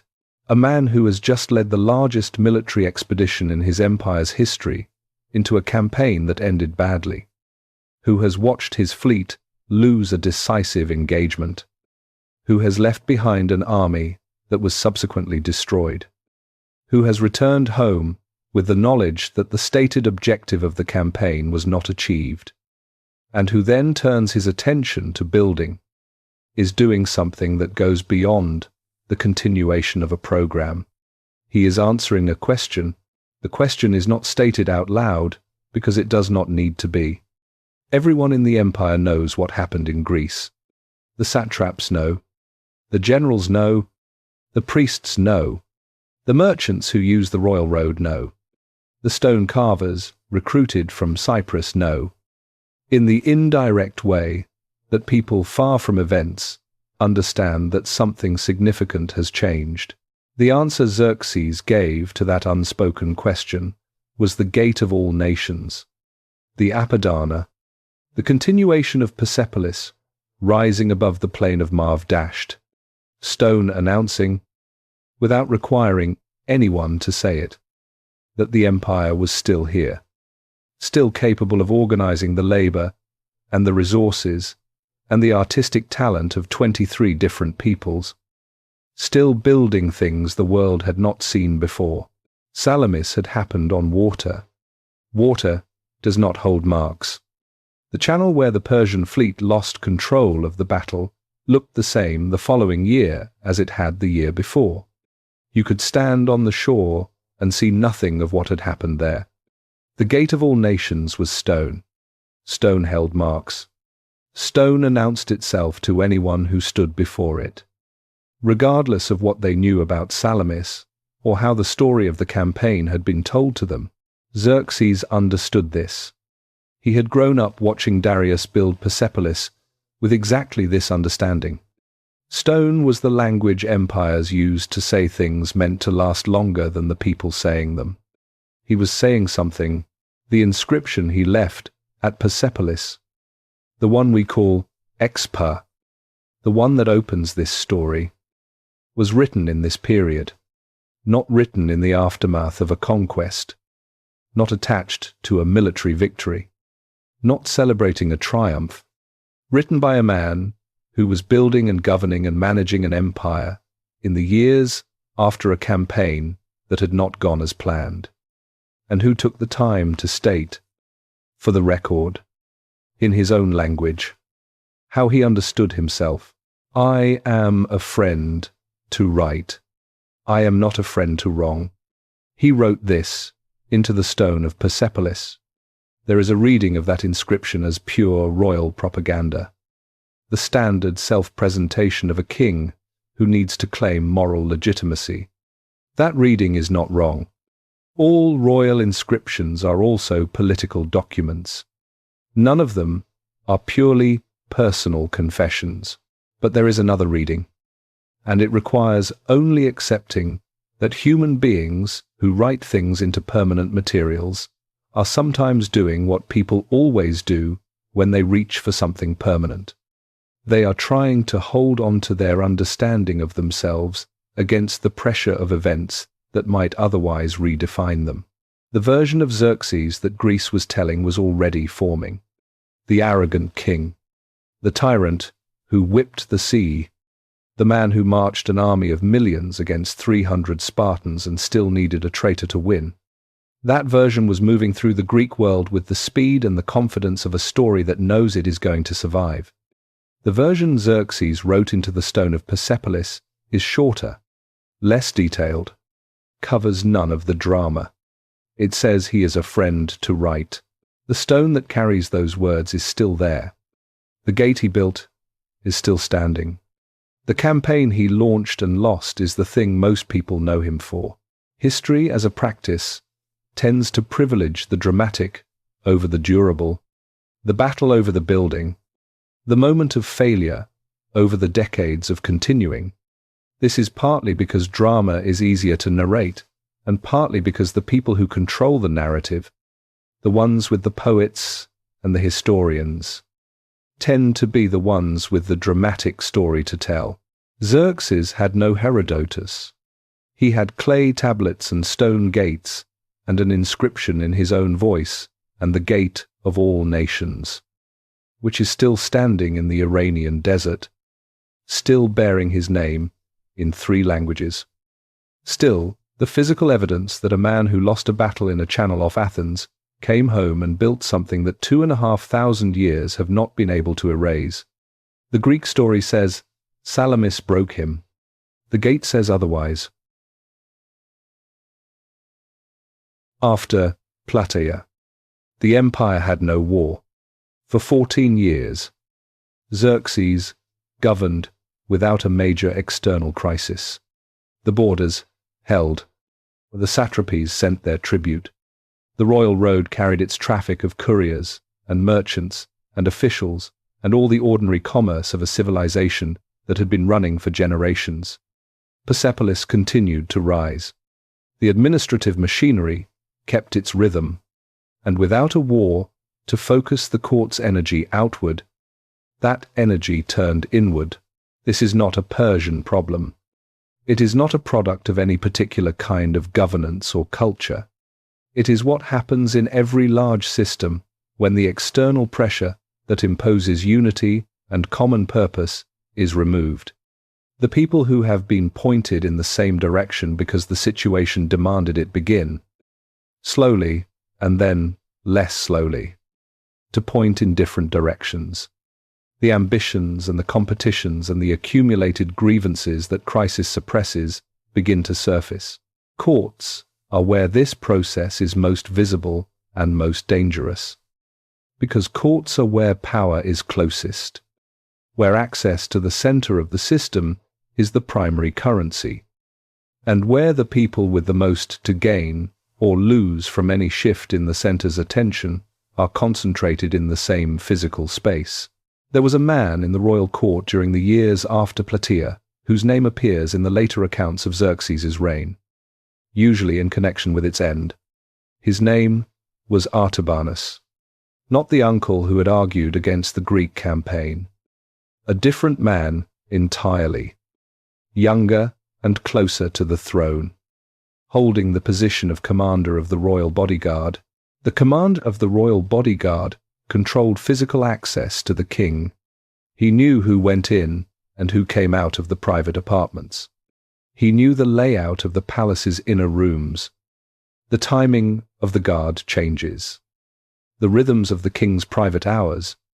He was the man who stood at the boundary between the public king and the private man, between the performance of power and the person performing it. He had held this position for years. He was very good at it. He was also the most informed person in the empire about the king's private life. Not because he sought that information out, but because his position made it unavoidable. Information about what happened in the rooms closest to the throne flowed toward him by the ordinary gravity of his role. A decade of that position, in a court, without war, to focus it, had given him knowledge that most people in the empire did not have. Knowledge about the pressures inside the palace, about the relationships that had curdled under the weight of proximity and time, about the people who believed they had been passed over, overlooked, accumulated grievances quietly, in the way that people accumulate grievances when they cannot safely express them. He was a practical man. He had not spent years building this knowledge without thinking about what it was worth and under what circumstances it might be used.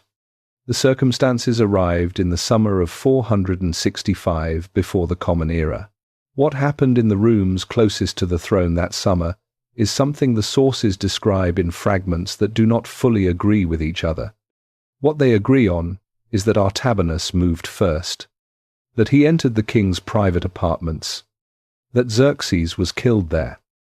In the room where a king is most, a man, and least a king, in the dark, by someone who knew exactly when and where and how. Before that summer, there was an evening that one of the palace officials described years later. In the indirect way that people describe things, they were advised not to describe directly. He had been working late in the administrative section of the palace, finishing a report that needed to be ready by morning. The corridors were quiet. Most of the court had retired. He was walking back through the inner passage toward the outer wing when he passed the entrance to the royal apartments and slowed without meaning to. He had worked in this palace for most of his adult life. He knew these corridors the way you know a place you have spent decades inside. Not just its layout, but its quality, its temperature at different times of day, the sounds it made when it was empty versus occupied, the way the lamps behaved in drafts from particular windows. Something in the quality of the corridor was different that evening. He could not have said precisely what. A quality of waiting that was not the ordinary waiting of an empty hall, something that felt, in the wordless way that long experience of a place produces, like pressure behind a door that had not been opened yet. He walked faster. He went home. He said nothing to anyone, because he had nothing specific to say. He had walked through a corridor and felt something he could not name. That was not information. That was instinct. He told himself it was nothing. Here is what the years between Salamis and 465 actually were. Seen from inside the palace, rather than from the historical distance that makes them look like a period of simple continuation. Xerxes was 49 years old when he died. He had been king for 21 years. 21 years of being the center of a system organized entirely around his will, of making decisions that could not be appealed, of being surrounded by people whose careers and lives and safety depended on his continued favor. 21 years of that does something to a person that is hard to describe from the outside and probably hard to see from the inside. It does not make a man monstrous. It makes the world around him consistently tell him what the world has decided he wants to hear. A court without an external crisis is a court that has no mechanism for honest information reaching the top. There is no urgency that overrides the calculation of self-preservation. There is no shared danger that makes telling the truth worth the risk. There is only the ordinary daily management of being close to absolute power, which means managing what the power sees, managing what it hears, managing the distance between what is actually happening in the empire and the version of what is happening that arrives at the throne. Xerxes was perceptive enough to know this was happening. He had been educated in how courts worked. He had watched his father navigate the same environment. Understanding the problem and having the tools to escape its effects are different things. By the time a king has spent 20 years at the center of the environment has produced the ways of seeing that would let him see around it clearly are not fully available anymore. He knew something was off. He could not quite see what. Artabanus knew what was off. Artabanus had been standing at the boundary between the public king and the private man long enough to see everything that crossed it. The king who had crossed continents and commanded the largest army the world had seen was most vulnerable in the room where he was most himself. The rooms closest to the throne were the rooms he could not fully see. That summer, the door opened. The death of Julius Caesar happened in the theatre of Pompey, in front of dozens of senators. The conspirators named themselves afterward. The debate about their motives filled Roman literature for a century. Brutus and Cassius became characters in a Shakespeare play 2,000 years later. The Ides of March entered the language as a permanent symbol of political betrayal. The death of Abraham Lincoln happened in a theatre full of witnesses. The assassin was identified within hours. The investigation filled federal records. The event is reconstructed with enough precision that historians can account for nearly every minute of that evening. The death of Xerxes, ruler of an empire containing more people than Caesar and Lincoln governed across their entire careers, who had commanded the largest army assembled in the ancient world, who had built structures still standing today, happened in his own bedroom, and the sources cannot agree on who did it. Sit with that for a moment. The Persian imperial administration was meticulous.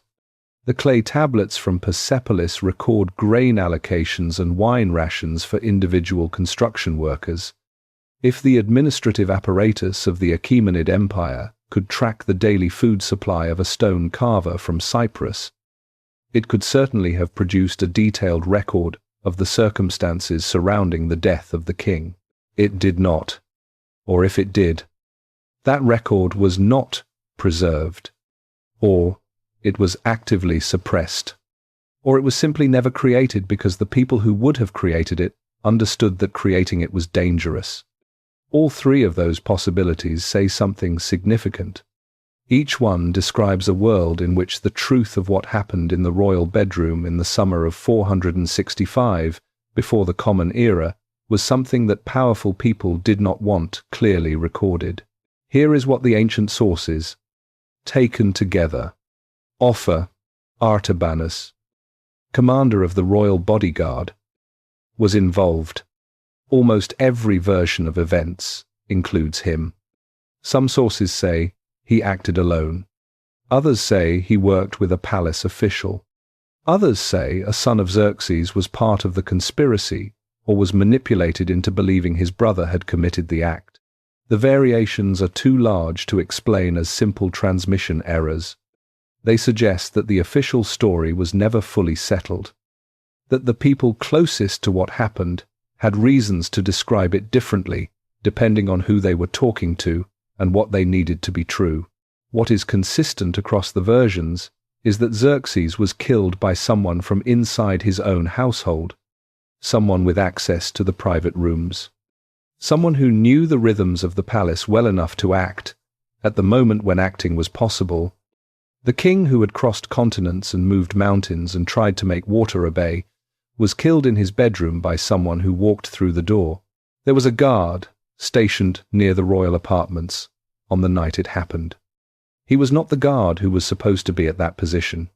The guard who was supposed to be there had been reassigned earlier that evening by Artabanus, using the authority of his position to adjust the roster in a way that would not have seemed unusual to anyone who did not know what was coming. The guard who ended up there was a professional soldier who had spent years developing the instincts that his work required. He noticed, without being able to say precisely what he noticed, that the evening had a quality different from ordinary evenings. He was not alarmed exactly.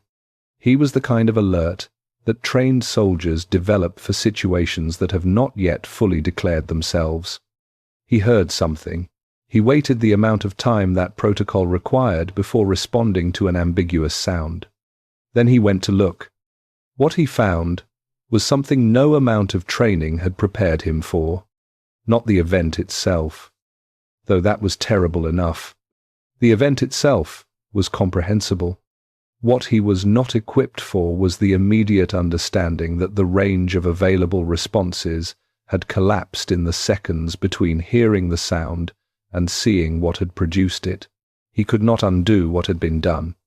He could not report it through the normal channels, because the normal channels ran through the man who had done it. He could not pretend he had not seen it, because what he had seen was too large to pretend around.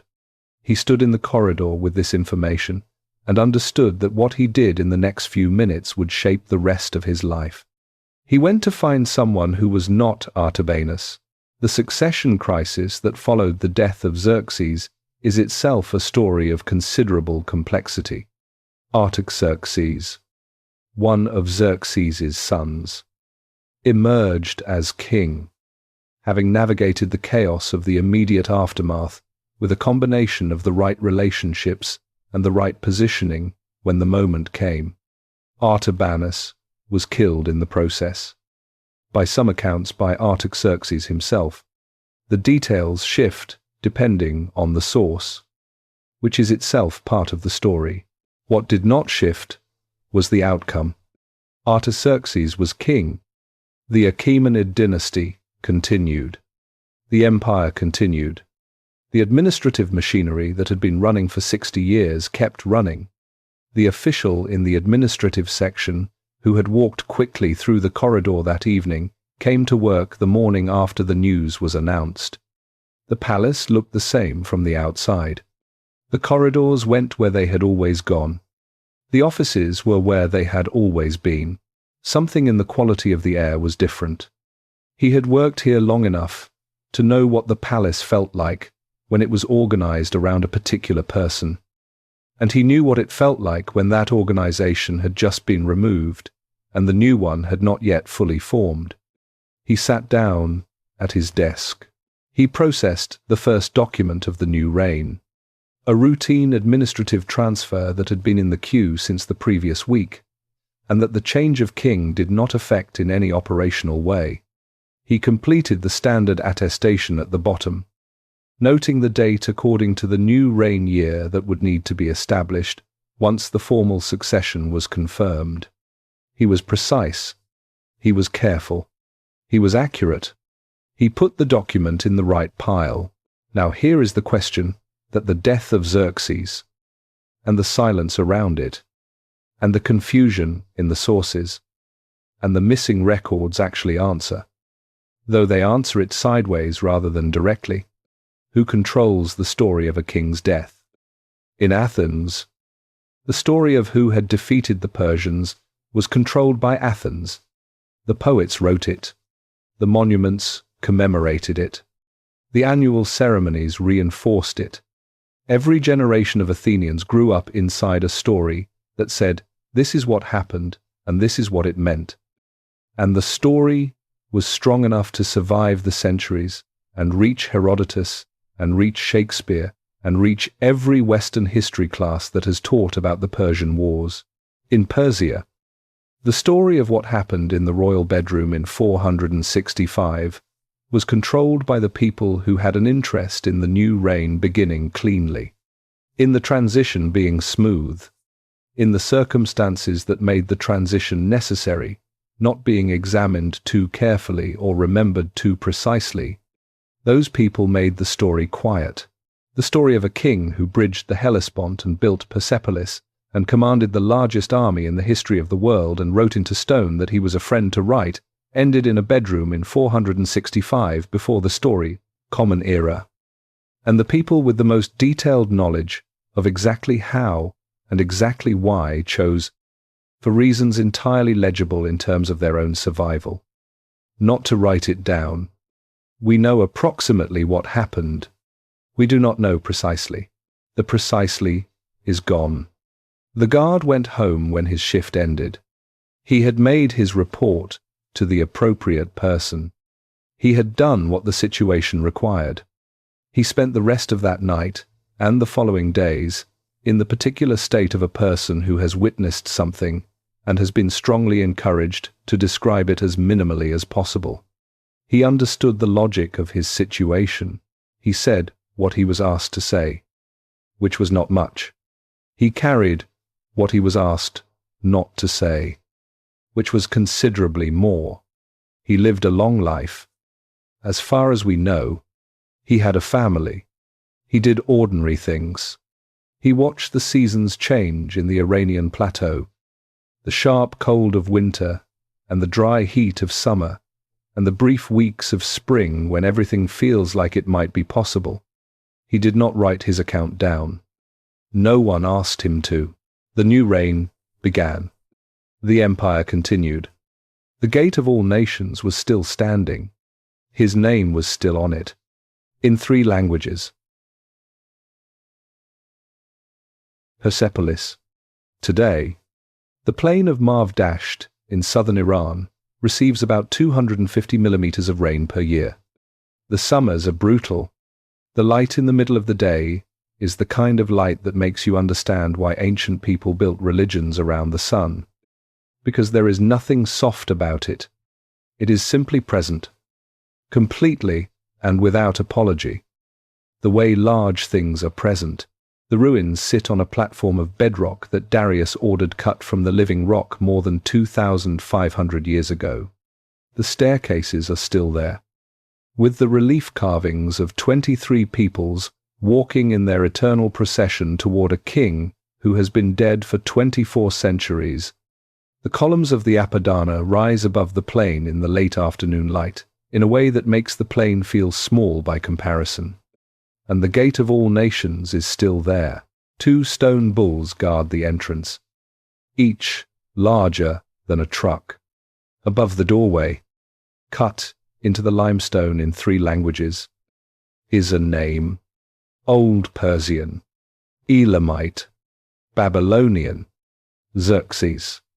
A woman is standing in front of it today. She grew up in Tehran. She studied engineering. Her grandmother used to tell stories about Cyrus and Darius, the way some grandmothers tell stories about national heroes, with a particular warmth that belonged to ancestry rather than history. The kings of the Achaemenid Empire were not abstractions to her grandmother. They were something closer to family, in the way that very old things become family when you have been standing next to them long enough. She cannot read Old Persian. She cannot read Elamite or Babylonian. She knows the name is there because the guidebook told her. She is looking at the shape of the letters without being able to extract meaning from them directly. She stands there longer than the group schedule allows. She is not thinking about the Greek wars.